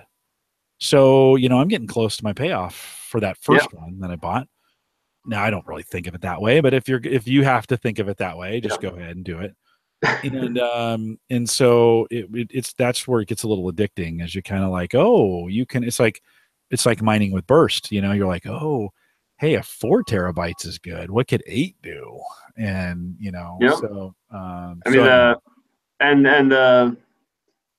the fact that there's 2 things going on there. Is one, there's like the nice hash network and sharing your resources, but then also it's tied to the price of the coin sometimes, or to some degree. And so then if you pay out in Litecoin or whatever, and the price of Litecoin goes up, then your ROI has just compressed, because now you're dealing with like a 4-month payout instead of a 8-month payout or whatnot. So yeah.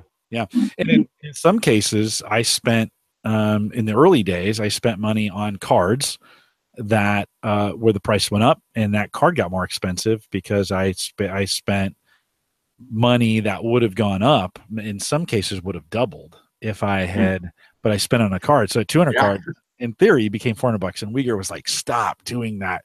Leave the money in there, buy the cards with cash.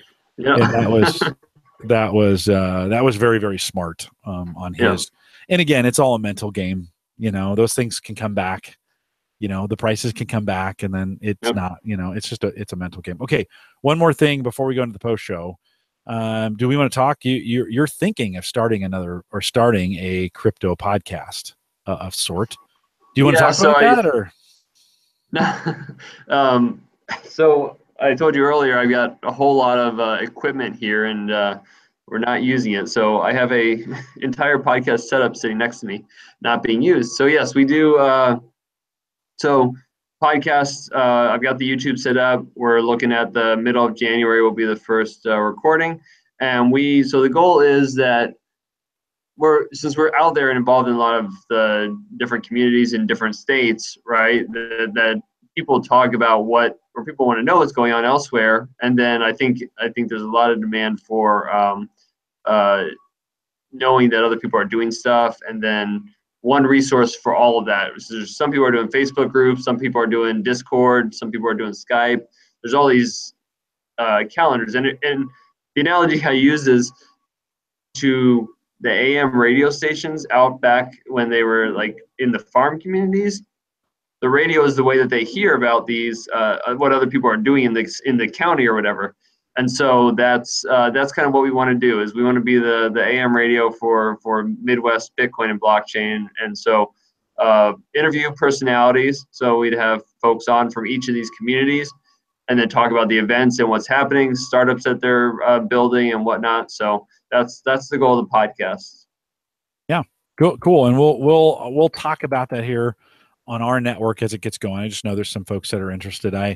About half the community wants more of this. About the other half is like, stop talking about crypto. Yeah. Right. So it's just where we've divided. I'm not going to turn Home Gadget Geeks into a crypto podcast. I'm going to talk about it. Like, I'm going to do it. It's super interesting to me. And I think it's part of the future. And much like the PC, I think the blockchain is here, and it's going to be here to stay. And I'm going to talk about it. So I'm sorry, you can always shut it off. If it says crypto in the title, just skip to the next one. But we are going to talk about, it won't be everyone. There's been a lot of news going on right now, and a lot of excitement around. I think some of that'll die down as we get into next spring or so, and it'll get more normal. But we'll continue to talk about it some. And Edward, most of our post shows of the last 2 months have been all crypto. So we do a regular show, and then we go into and then Uyghur will be like, okay, can we talk about crypto now? So one of the things I wanted to, I mean, obviously the people can comment on the videos and such, and we talked about having the chat on YouTube Live as well. And so I do want to find out, folks from your audience, wander over to our channel, then I do want to find out what they want to talk about in here. So yeah. Well, I'll get some feedback from them, and I can send that over to you. Jim at theaverageguy.tv, if you want to send that, if you're listening and you want to send that over to me, to most of the folks, we have 15 or so that do live, but the rest do it recorded. So if you get some feedback, you might even hear my voice on there. in this case, and so pretty excited. I tell you what, I just need to come by. I need to come by your studio there and help you guys set up. So we'll find some time. I'll find some time to get out there and give you guys a hand. Sounds good. All right. I think with that, we'll call it a wrap. We're going to get in the post show. I'm going to ask you some specific questions about individual coins, and this is we're going to get kind of speculative and nerdy. I'll leave that out of this show, but again, if you want to get access to the post show, available as a Patreon subscriber, head over to theaverageguy.tv, find the Patreon link, click it. $1 gets you in. This is a little commitment to the show. Appreciate your sponsorship of it. Everybody who's $1 or more on Patreon gets access to the audio and video every single week of the post show, pre and post show, and a lot of interesting things happen in the post show. So you might want to do that. Head over to Patreon and get signed up for that. Now, I'll remind everyone we're coming to the very end of the December Ghost Browser Challenge. We've been trying that out as a community, and hopefully you've been getting some feedback in there on Ghost Browser. We're getting to the very end. I've been using it all month and appreciate you're doing it as well. Still time to try it, and we thank Kat and Larry for coming on here at the beginning of the month. Still time to try it out if you haven't tried it yet. Ghostbrowser.com, get you in there and give that a try. Really interesting alternative browser to Chrome, especially good for developers, especially good for productivity experts. Give that a try as well. Don't forget that the AverageGuy.tv platform, both web and media hosting, powered by Maple Grove Partners, get secure, reliable, high-speed hosting from people that you know and you trust. For more information, visit Maple Grove Partners. You know it's Christian, maplegrovepartners.com. Plans starting as little as $10 a month for podcasters. It's a really good deal. So if you're podcasting, you just want to blog, got a lot of data needs, Christian's got you covered. $10 get you in. $10 a month get you in. maplegrovepartners.com. I think he actually released a coupon code too in our last show, and I think it was Jingle, something like that. Go back to the show notes from it's in Cyber Frontiers. So go to theaverageguy.tv, click on the last Cyber Frontiers. There's a 10% off Maple Grove Partners coupon code in there. And like I said, I think it's Jingle. If you use that at Maple Grove Partners, they'll give you 10% off the plan and a great deal. It's already very, very inexpensive for a great deal going in. Don't forget, if you listen to Home Gadget Geeks on an app, but you need to listen to us live, you can do that through our mobile app. Head out to homegadgetgeeks.com. Best way to get us live. Hey, Edward, would you do me a favor? Would you mute for me 1 second? Just I'm getting a weird noise from your background. Then I'll bring you back in for the post show. Just hit the little mute button up here in the toolbar up there if you can. Just a reminder, you can get that app, homegadgetgeeks.com. Many of you have, and head over to that. We thank LastPass for their sponsorship of that mobile app. And you can check out all the new things that are going on at LastPass, lastpass.com. T-shirts are in full swing. Like I said, we're going to get a brand new looking T-shirt here in the spring. So last chance to get the old school OG Home Gadget Geeks T-shirt available at theaverageguy.tv/shirt. And I'll thank Addie for her help in getting those running. And then you can sign up for the newsletter as well. If you go to theaverageguy.tv/newsletter, there's a sign-up form for it. I send it about once a month. I was trying to do once a week. It's just not happening. But if you want to get signed up for that, you can as well. We are live every Thursday, 8 p.m. Central, 9 Eastern, out here at theaverageguy.tv/live. We're going to go into the post show, and we're going to speculate. With that, we'll say goodnight, everybody.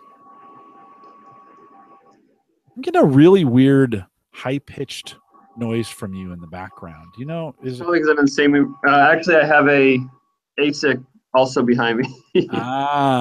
Okay. So I can move if you want me to. I can get to a quieter room. So now that we if you want to move, that would be be awesome. Yeah, you don't need to disconnect. Just here we go. You can make your way around. Yeah, I think it was Jingle to get that 10% off. I could have just looked it up. That'd have been the smart thing to do. Go out to theaverageguy.tv, click on Cyber Frontiers 41. And in the show notes, it says, what does it say? Where did I write that? Maple Grove Hosting Holiday Offer. Use promo code JINGLE for Maple Grove Hosting Web and Email Bundle Package for 10% off your order. Good through the holiday season. Offer ends January 31st, 2018. I should add that into the... ooh, that's much quieter. Yeah? All right. Do that. Yeah, no, it's a lot better. Okay, so as we think about the market today, and I think Bitcoin's is saturated, and I don't think it's a good deal anymore at this point. I agree. In fact, I think most of those coins that are popular are fairly saturated. Litecoin, Ethereum. Litecoin, I think, has a little room for some movement in it, but I feel like it's fairly saturated from that standpoint. As you look at, and we mentioned, I was talking with Uyghur the other day, and somebody turned him on to this new one called Ripple. But as we think, and when I say new one, they all can't. I know they've all been out for the same length of time, right? For the most part, which has been a couple years. As you're looking at some coins right now, what do you like? What are some things that you tend to lean towards, or stuff you like? I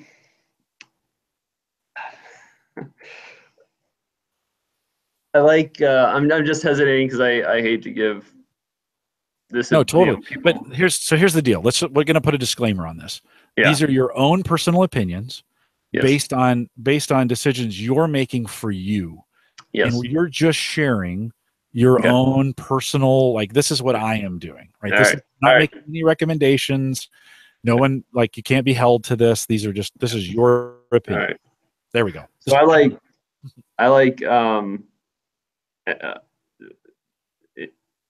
cheap stuff that is not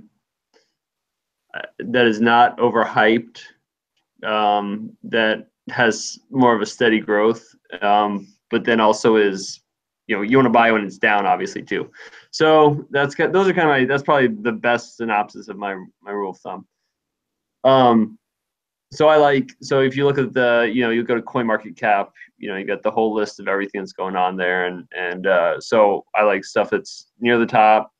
So Neo. I mean, even just looking now at like the Neo price is pretty close to the recent highs, and so if it dips again, I would buy it. But right now, I don't know if I would necessarily buy it, and so. But it also depends on your horizon, how long you want to hold for. Neo, people talk about like it's the Ethereum of China, right? And so if it's going to someday have Ethereum-like prices, then it's really cheap.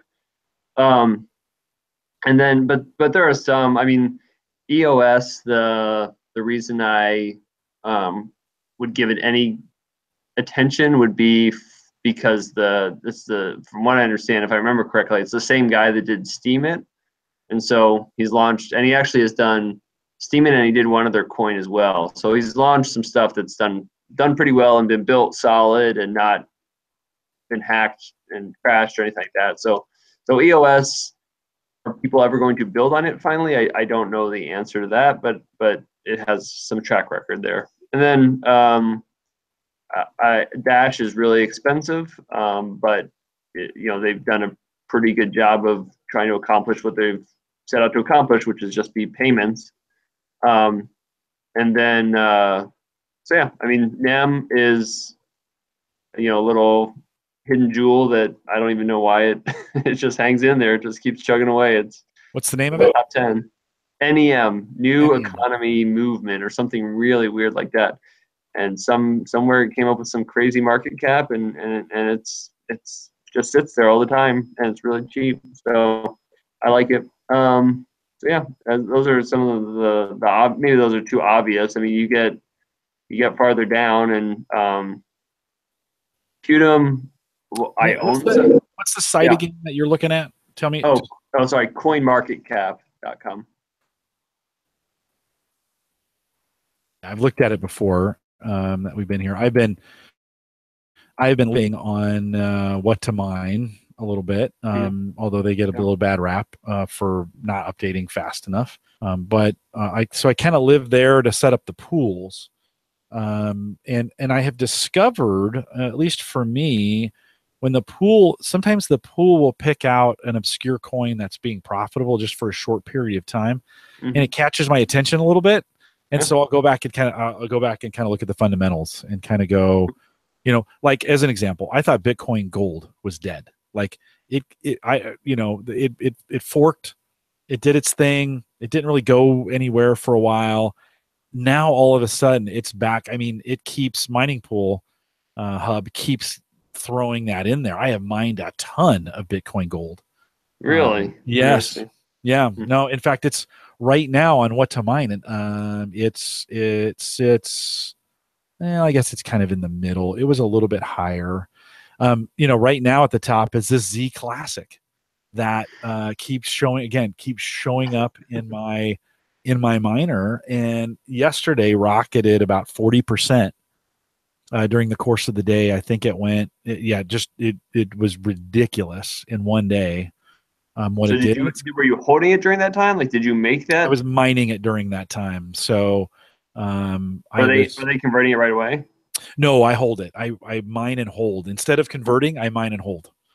That's kind of and then if I'll hold them for a couple days and kind of say, okay, do I want to do more of this? Do I want to convert these?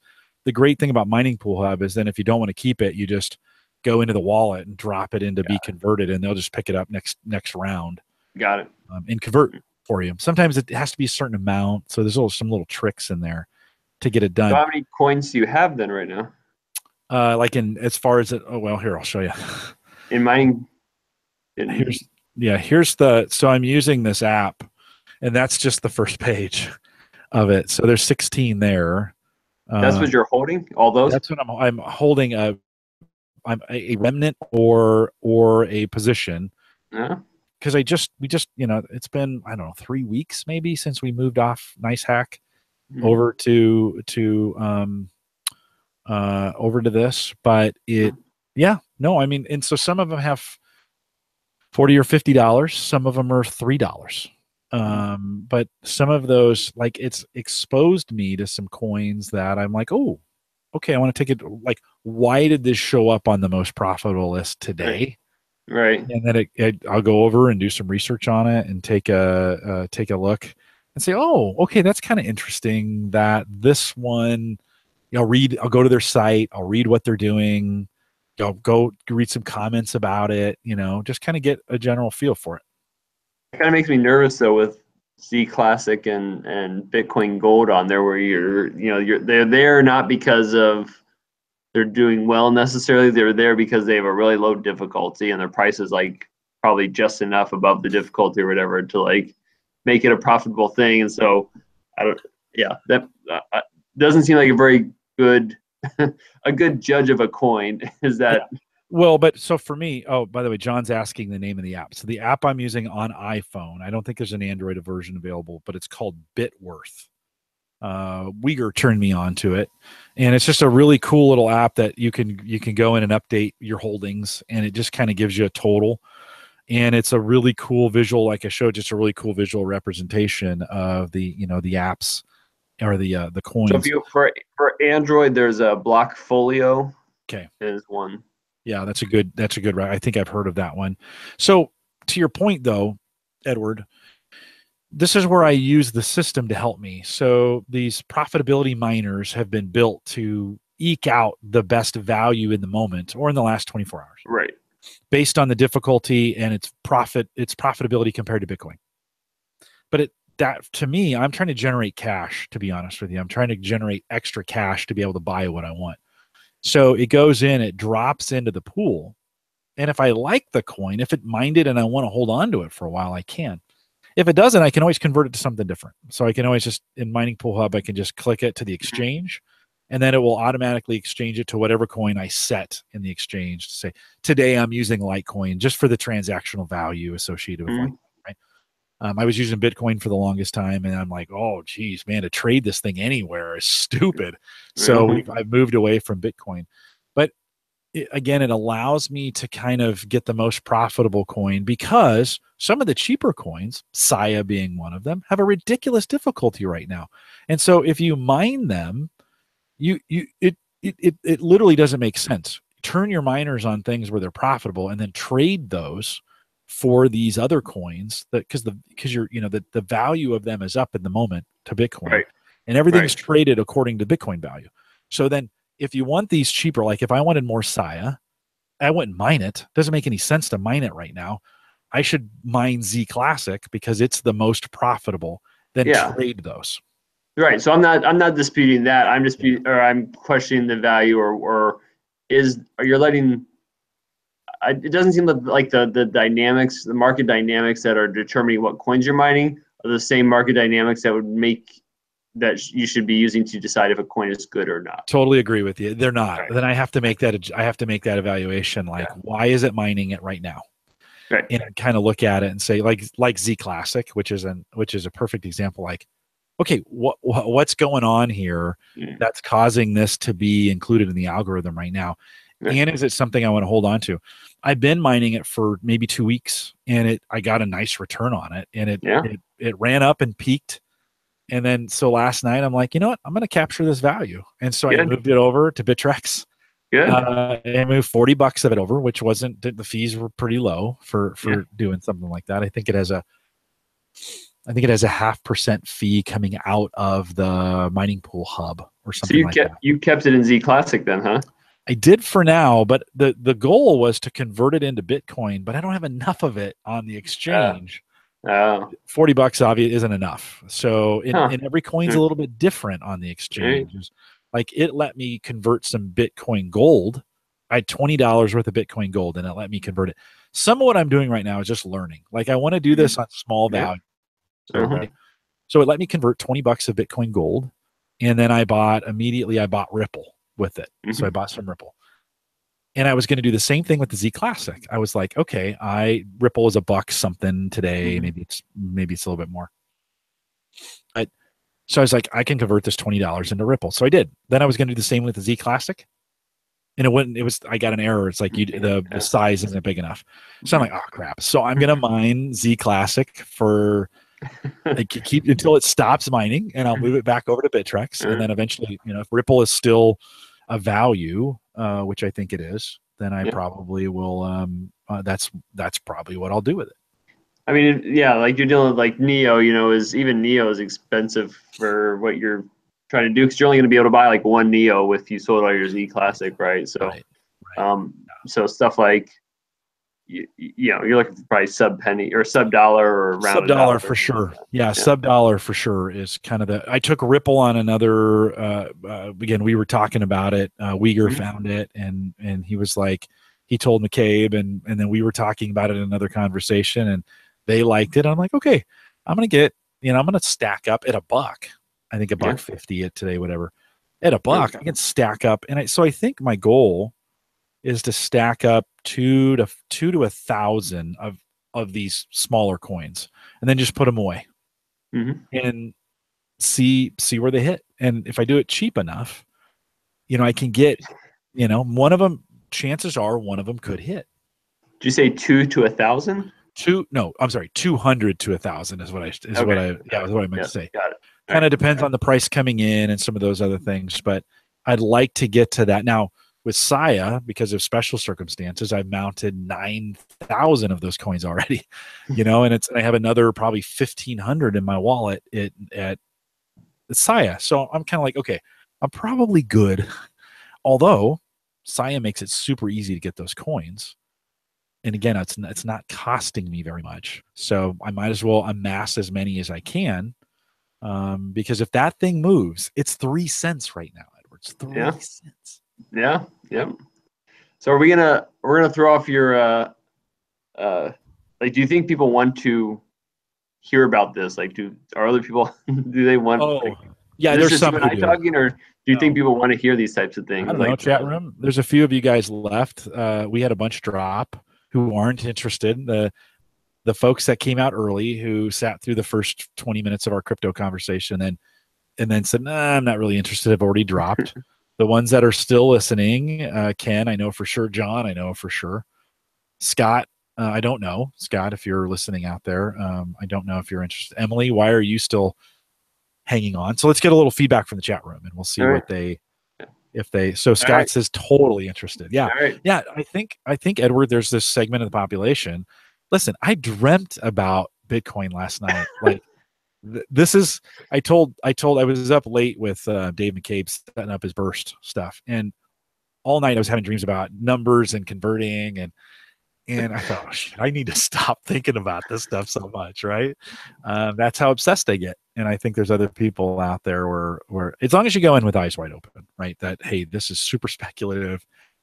If you're going to trade on this stuff, this is jumping off a cliff with a bungee, and you're not sure if that bungee's tied. Ken asked about Ripple. Yeah. So I think it's a solid investment at a dollar. Still, I mean, I think if you've read up on it or you've seen the industry's perspective on it, right? It's not really decentralized, but they're working on trying to make it more decentralized. And so there's a lot of enterprise adoption or bank type adoption that is probably driving them. And that news is probably driving the price more than anything. But at the same time, they're still trying to work or play nicely with the broader crypto community to try to appease them, and because they know that's where some of the money is coming from as well, as far as the price goes. So I think, I mean, I think it's a good, if you're think of it, if you can start thinking of things like, I don't know what, a bond or something like that, right? It's a fairly safe play that in the long term will pay off to some degree.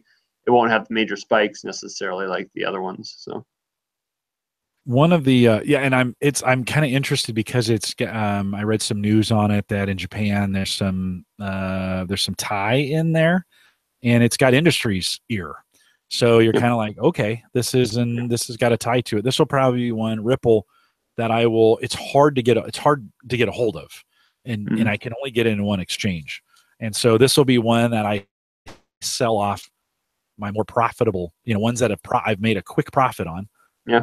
I'll sell off to buy as long as the price is right. I think that could easily go up. It's a good $10. It's a good way to balance out some of the other stuff that's a little more, crazy in terms of the price volatility.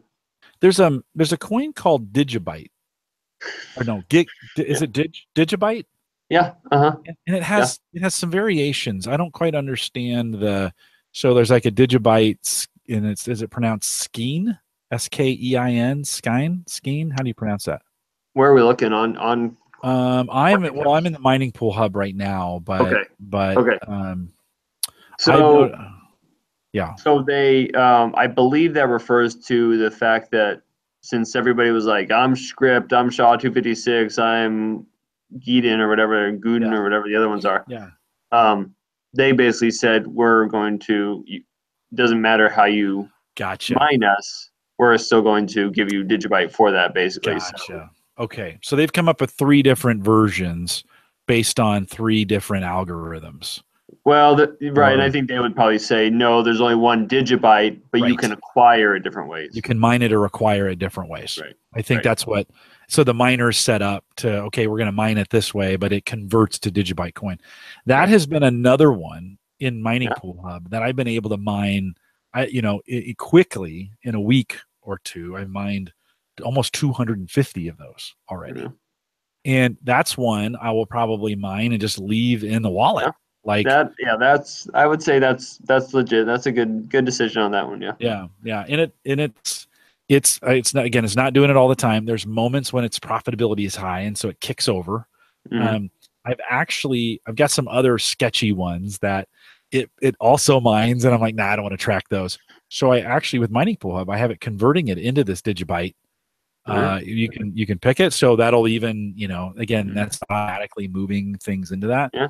So that will be another one I'll try to mine 1,000 or 2,000 of. If I've done 250 in a week, as long as it keeps showing up, it could drop off the radar right here on Mining Pool Hub, and they stop mining it. Although they'll keep converting. If there'll be other things that show up that will automatically convert to it, so it'll keep going. I think that Digibyte was one that is out there to try and compete against this idea of transactions and speed.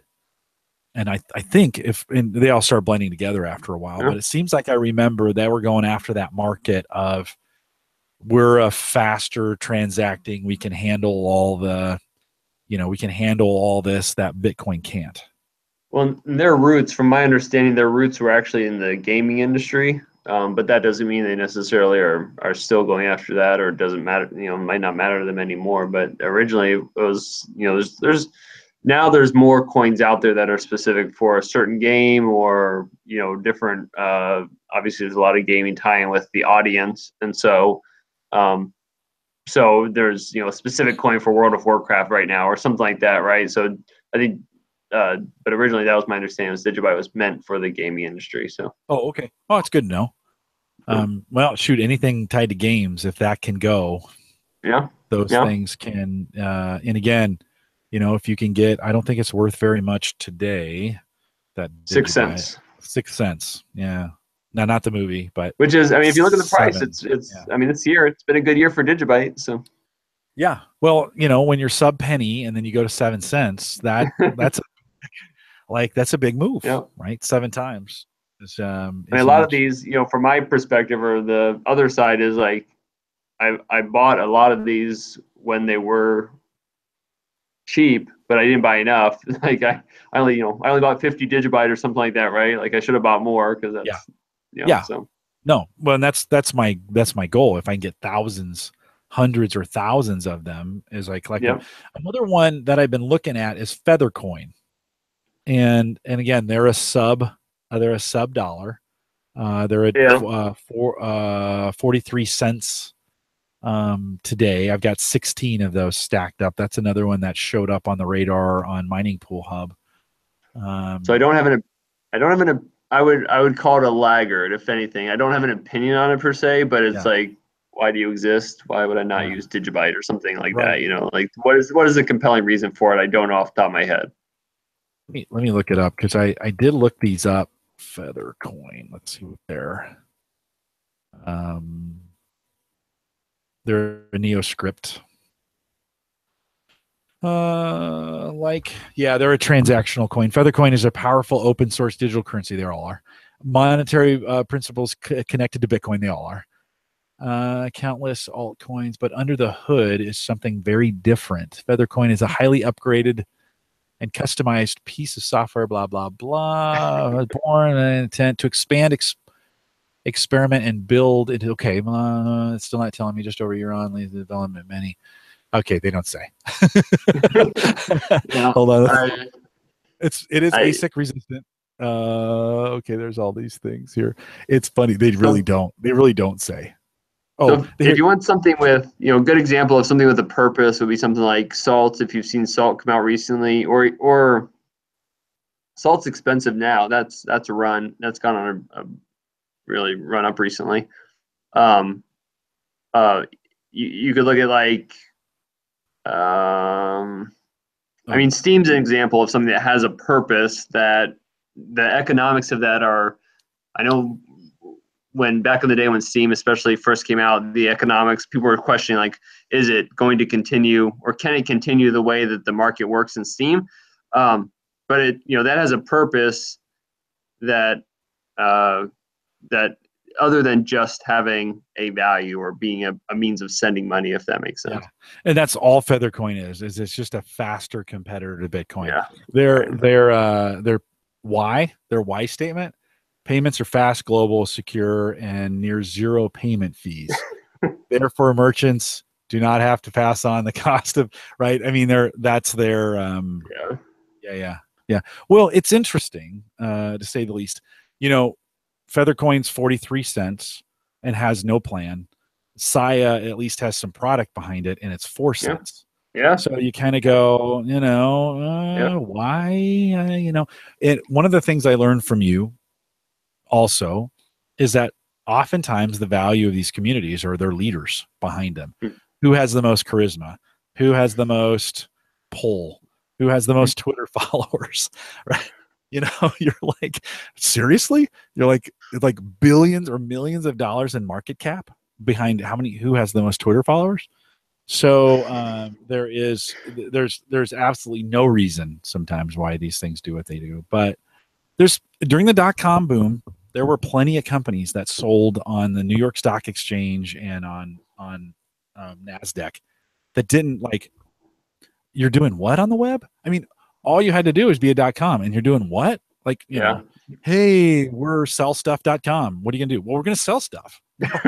What are you going to sell? I don't know, but we're worth $100 million because we just did an IPO, right? Yeah. It's so funny how the similarities between the .com IPO craze and this ICO craze that's going on. Although it seems like ICOs have really stopped for the most part.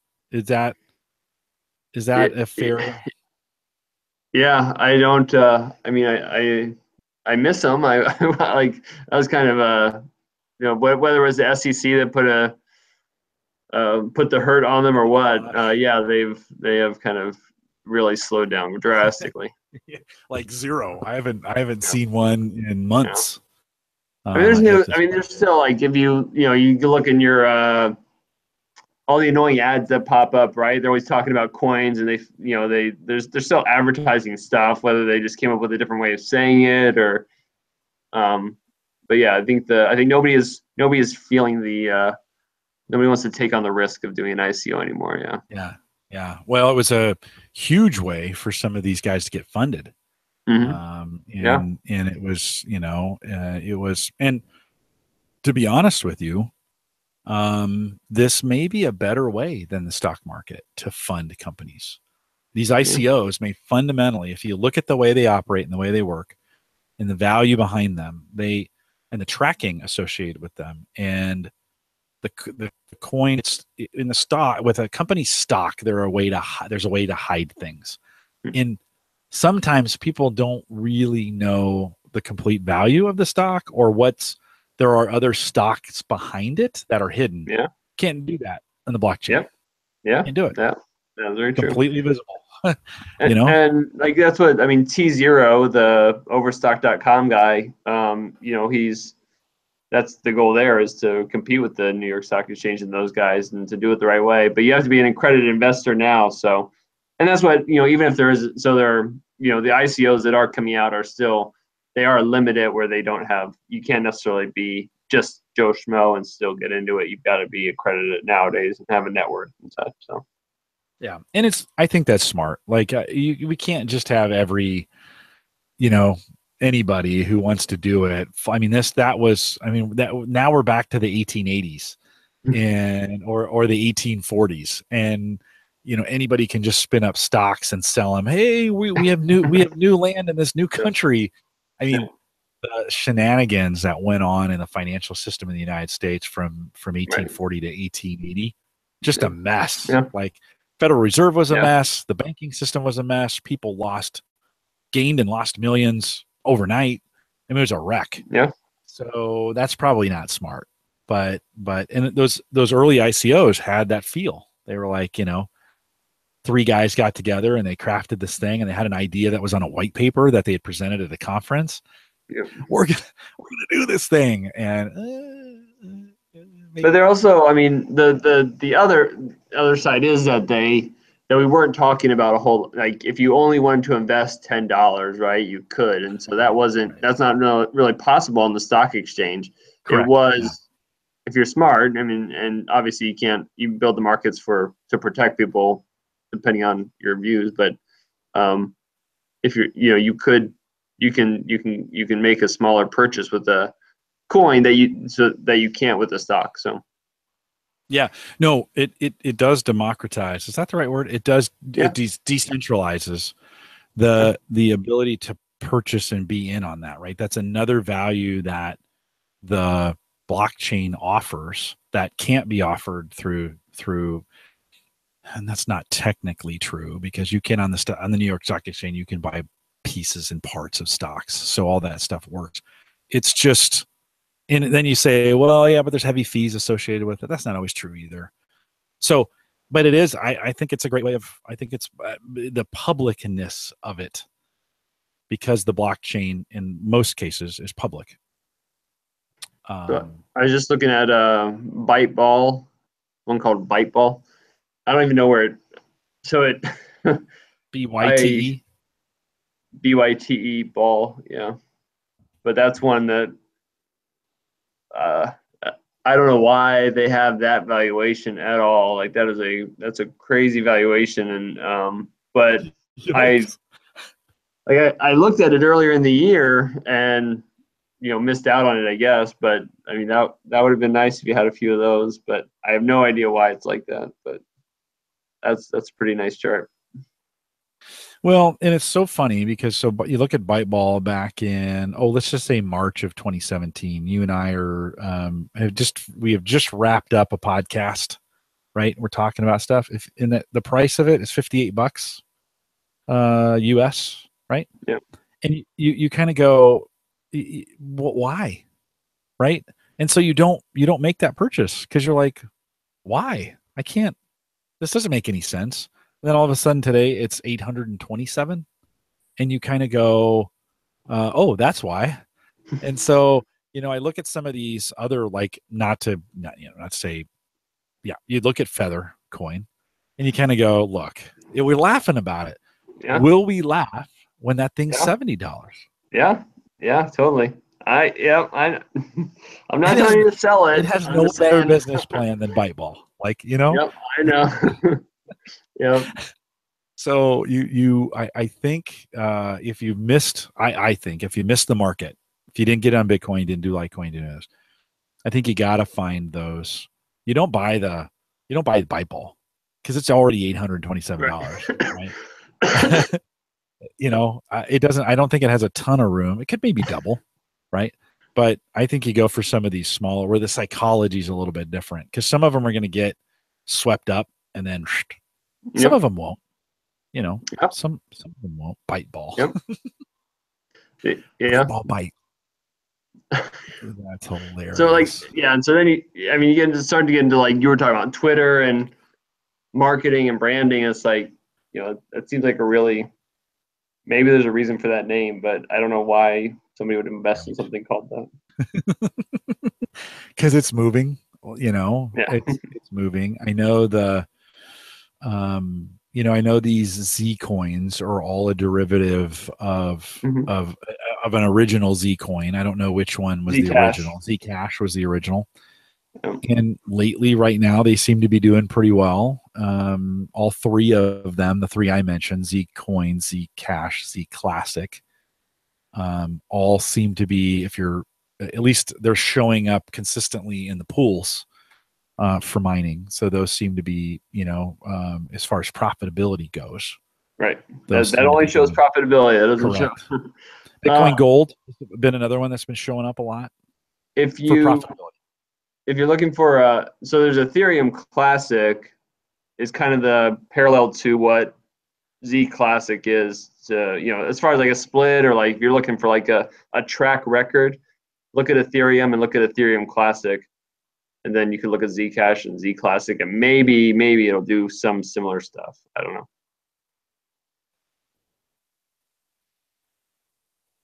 Any other questions out there? No, I think we're good. There's another one I've been looking at called Myriad, MYRIAD. That has also shown up in my list, and it's super cheap. It's just above 2 cents. I mean, just below 2 cents. It's like 0.019 MYR Myriad MYRIAD. I'm just wondering how long it's. I was gonna ask how long it's been around. My thought process is like, if it's 2 cents, and Psi has been around for a really long time, right? So the question is like, why is it? XMY is its symbol. Let me see if there's some.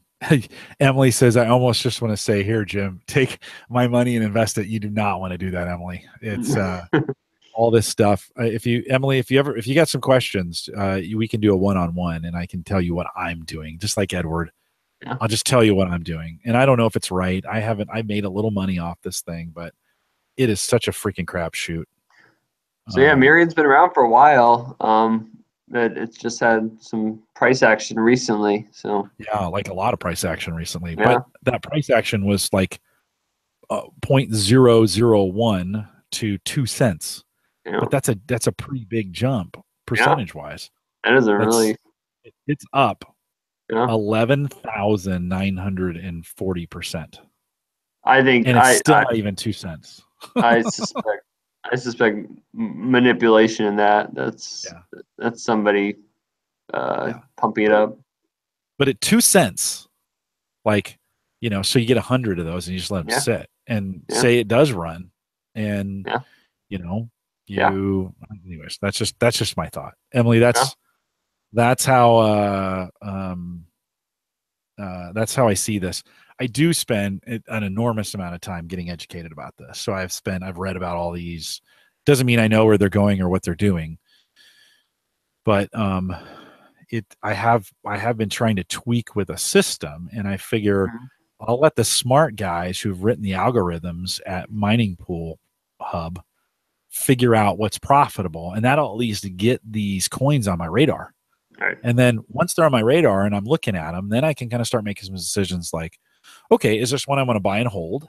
Yeah. Or is this one I want to take the profitability and do something different in? Mm-hmm. Yeah. And like you, not like you. I think I said this in the pre-show before we started doing this. We had that moment with Saya where they made a mistake and the difficulty dropped, and we were able to take advantage of something like that. And I hold 10,000 of those coins now. And yeah, they're only worth 3 cents. But again, $1 could, or something like this market is so weird. Mm-hmm. We could see something go, and then it's a FOMO. I think Warren Buffett said, or one of Warren Buffett's cronies said, it's such a FOMO thing. But all markets are that way. Emily says, Jim coin. I had this thought this week. I thought, okay, so I'm doing Burst. And Burst is fairly small community. I mean, it's big, Burst Nation, and they got some other things going on. So, but a lot of people haven't heard of it. And I thought, maybe I'll do my own pool for Burst, and I'll just invite it. The whole purpose would be for the community. And, so I would run a Burst pool, and there's fees associated with that to keep the network running and stuff like that. But I thought that'd be kind of fun to run a Burst pool. And again, just for the experience. Who knows if it'll ever make any money, but I thought that'd be kind of cool to run a pool. It's pretty complicated. Pools are pretty complicated. Yeah. Yeah. That's what we were talking about earlier with proof of stake, is like getting people Dash or whatever, getting people to be able to contribute their Dash and reap the rewards of that without having or take advantage of being able to be a master node, for instance, by pooling their Dash. So that's certainly a model that could work. But yes, it is complex. I would agree. It's complex. You set up a site. You got to you basically have to DDoS it, proof it, because they'll come after you, right? Yep. And it's no good deed goes unpunished. So that's kind of like I think I'm mining right now in Burst. I think I'm mining from let's see, burstcoin.space. Yeah, we would. So Scott just said talked about BitConnect. Yeah, do not invest in BitConnect. Do not invest in OneCoin. Those are the two biggest ones that are scams right now that I can think of. Ken had said Christian could probably set that. He probably would, but Ken, have you listened to the most recent episode of Cyber Frontiers? Christian's not a big fan of this current craze in the crypto space. He's kind of taking we talked a little bit about some of the nefarious stuff that's going on with the JavaScript stuff that's running behind the browsers, and some of the stuff that's happening on phones where they basically take over your phone and they can mine out of that and brick your phone in the process. And so he said, I just didn't get the impression, he was like, I don't think I'm going to spend my energy on, that kind of stuff, but I could be wrong. So. And the other one is there's a lot of talk about Tether being questionable. Anyways, if you look up, if you really want to dig into that, look up like Bitfinex and Tether, and you can start reading about like how they are supposedly linked, and there's a whole bunch of gossip and scandal behind that. So, anyways, Tether is another one that's questionable as well, but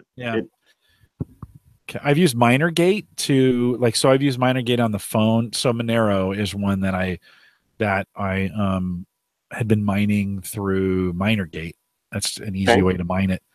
And it does both CPU and GPU mining, and you can set your phone to do it. Now you can't mine very much off your phone, right? I mean, but it will do it. Like you can run a miner on your phone. Did you not know that? What did you actually get from it? You get 9 to 15 hashes. Yeah. Now, here's the deal for me.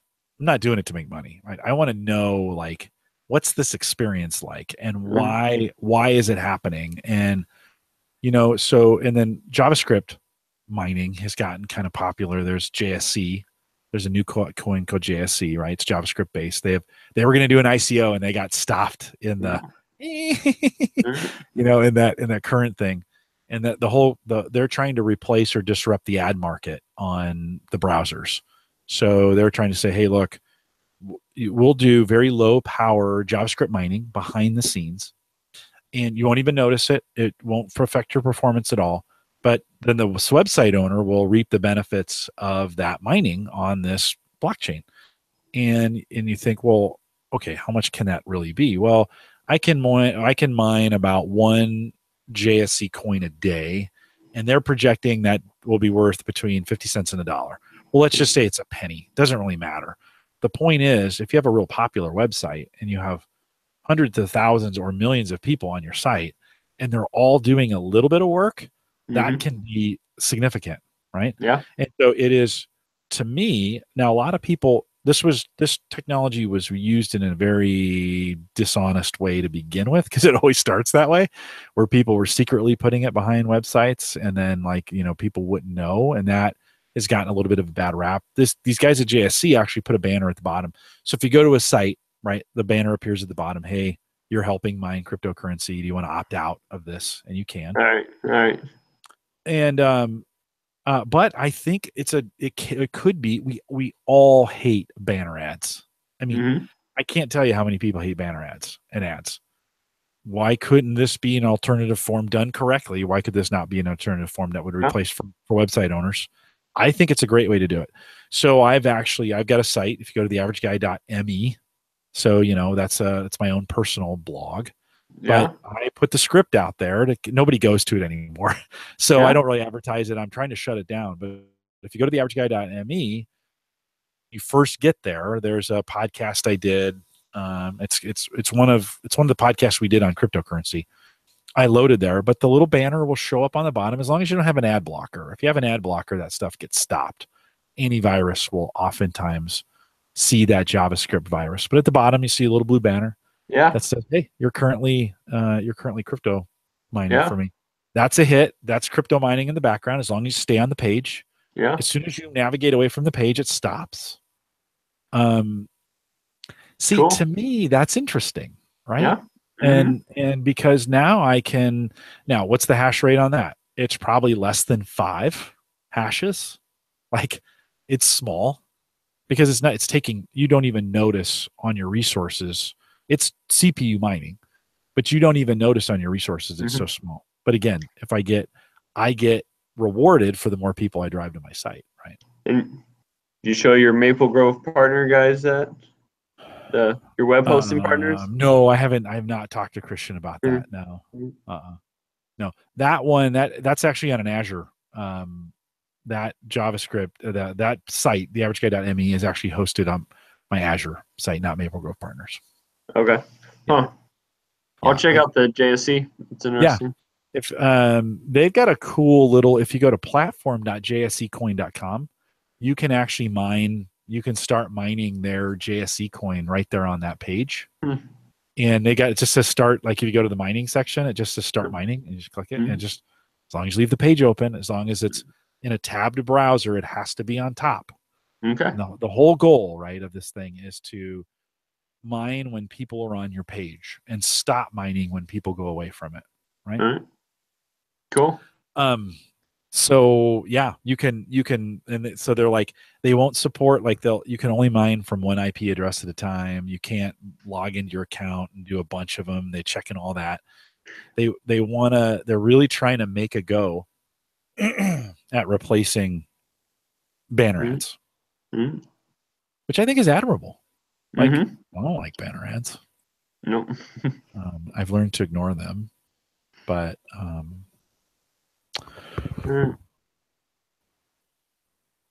Cool. Yeah, we can. My partner on the podcast, he does not want to talk about price, so we might have to have some where we talk about more blockchainy stuff, and then some of them we can go off and do what you and I are talking about now. And yeah. Well, yeah, or we can figure it out. I don't. Hold on one sec. I don't. Whatever works. I'm kind of more, to be honest. I'm more interested in learning more about the blockchain. I mean, this Bitcoin stuff, like the gimmicky. I think I called it that in the show. I think it's the gimmick side.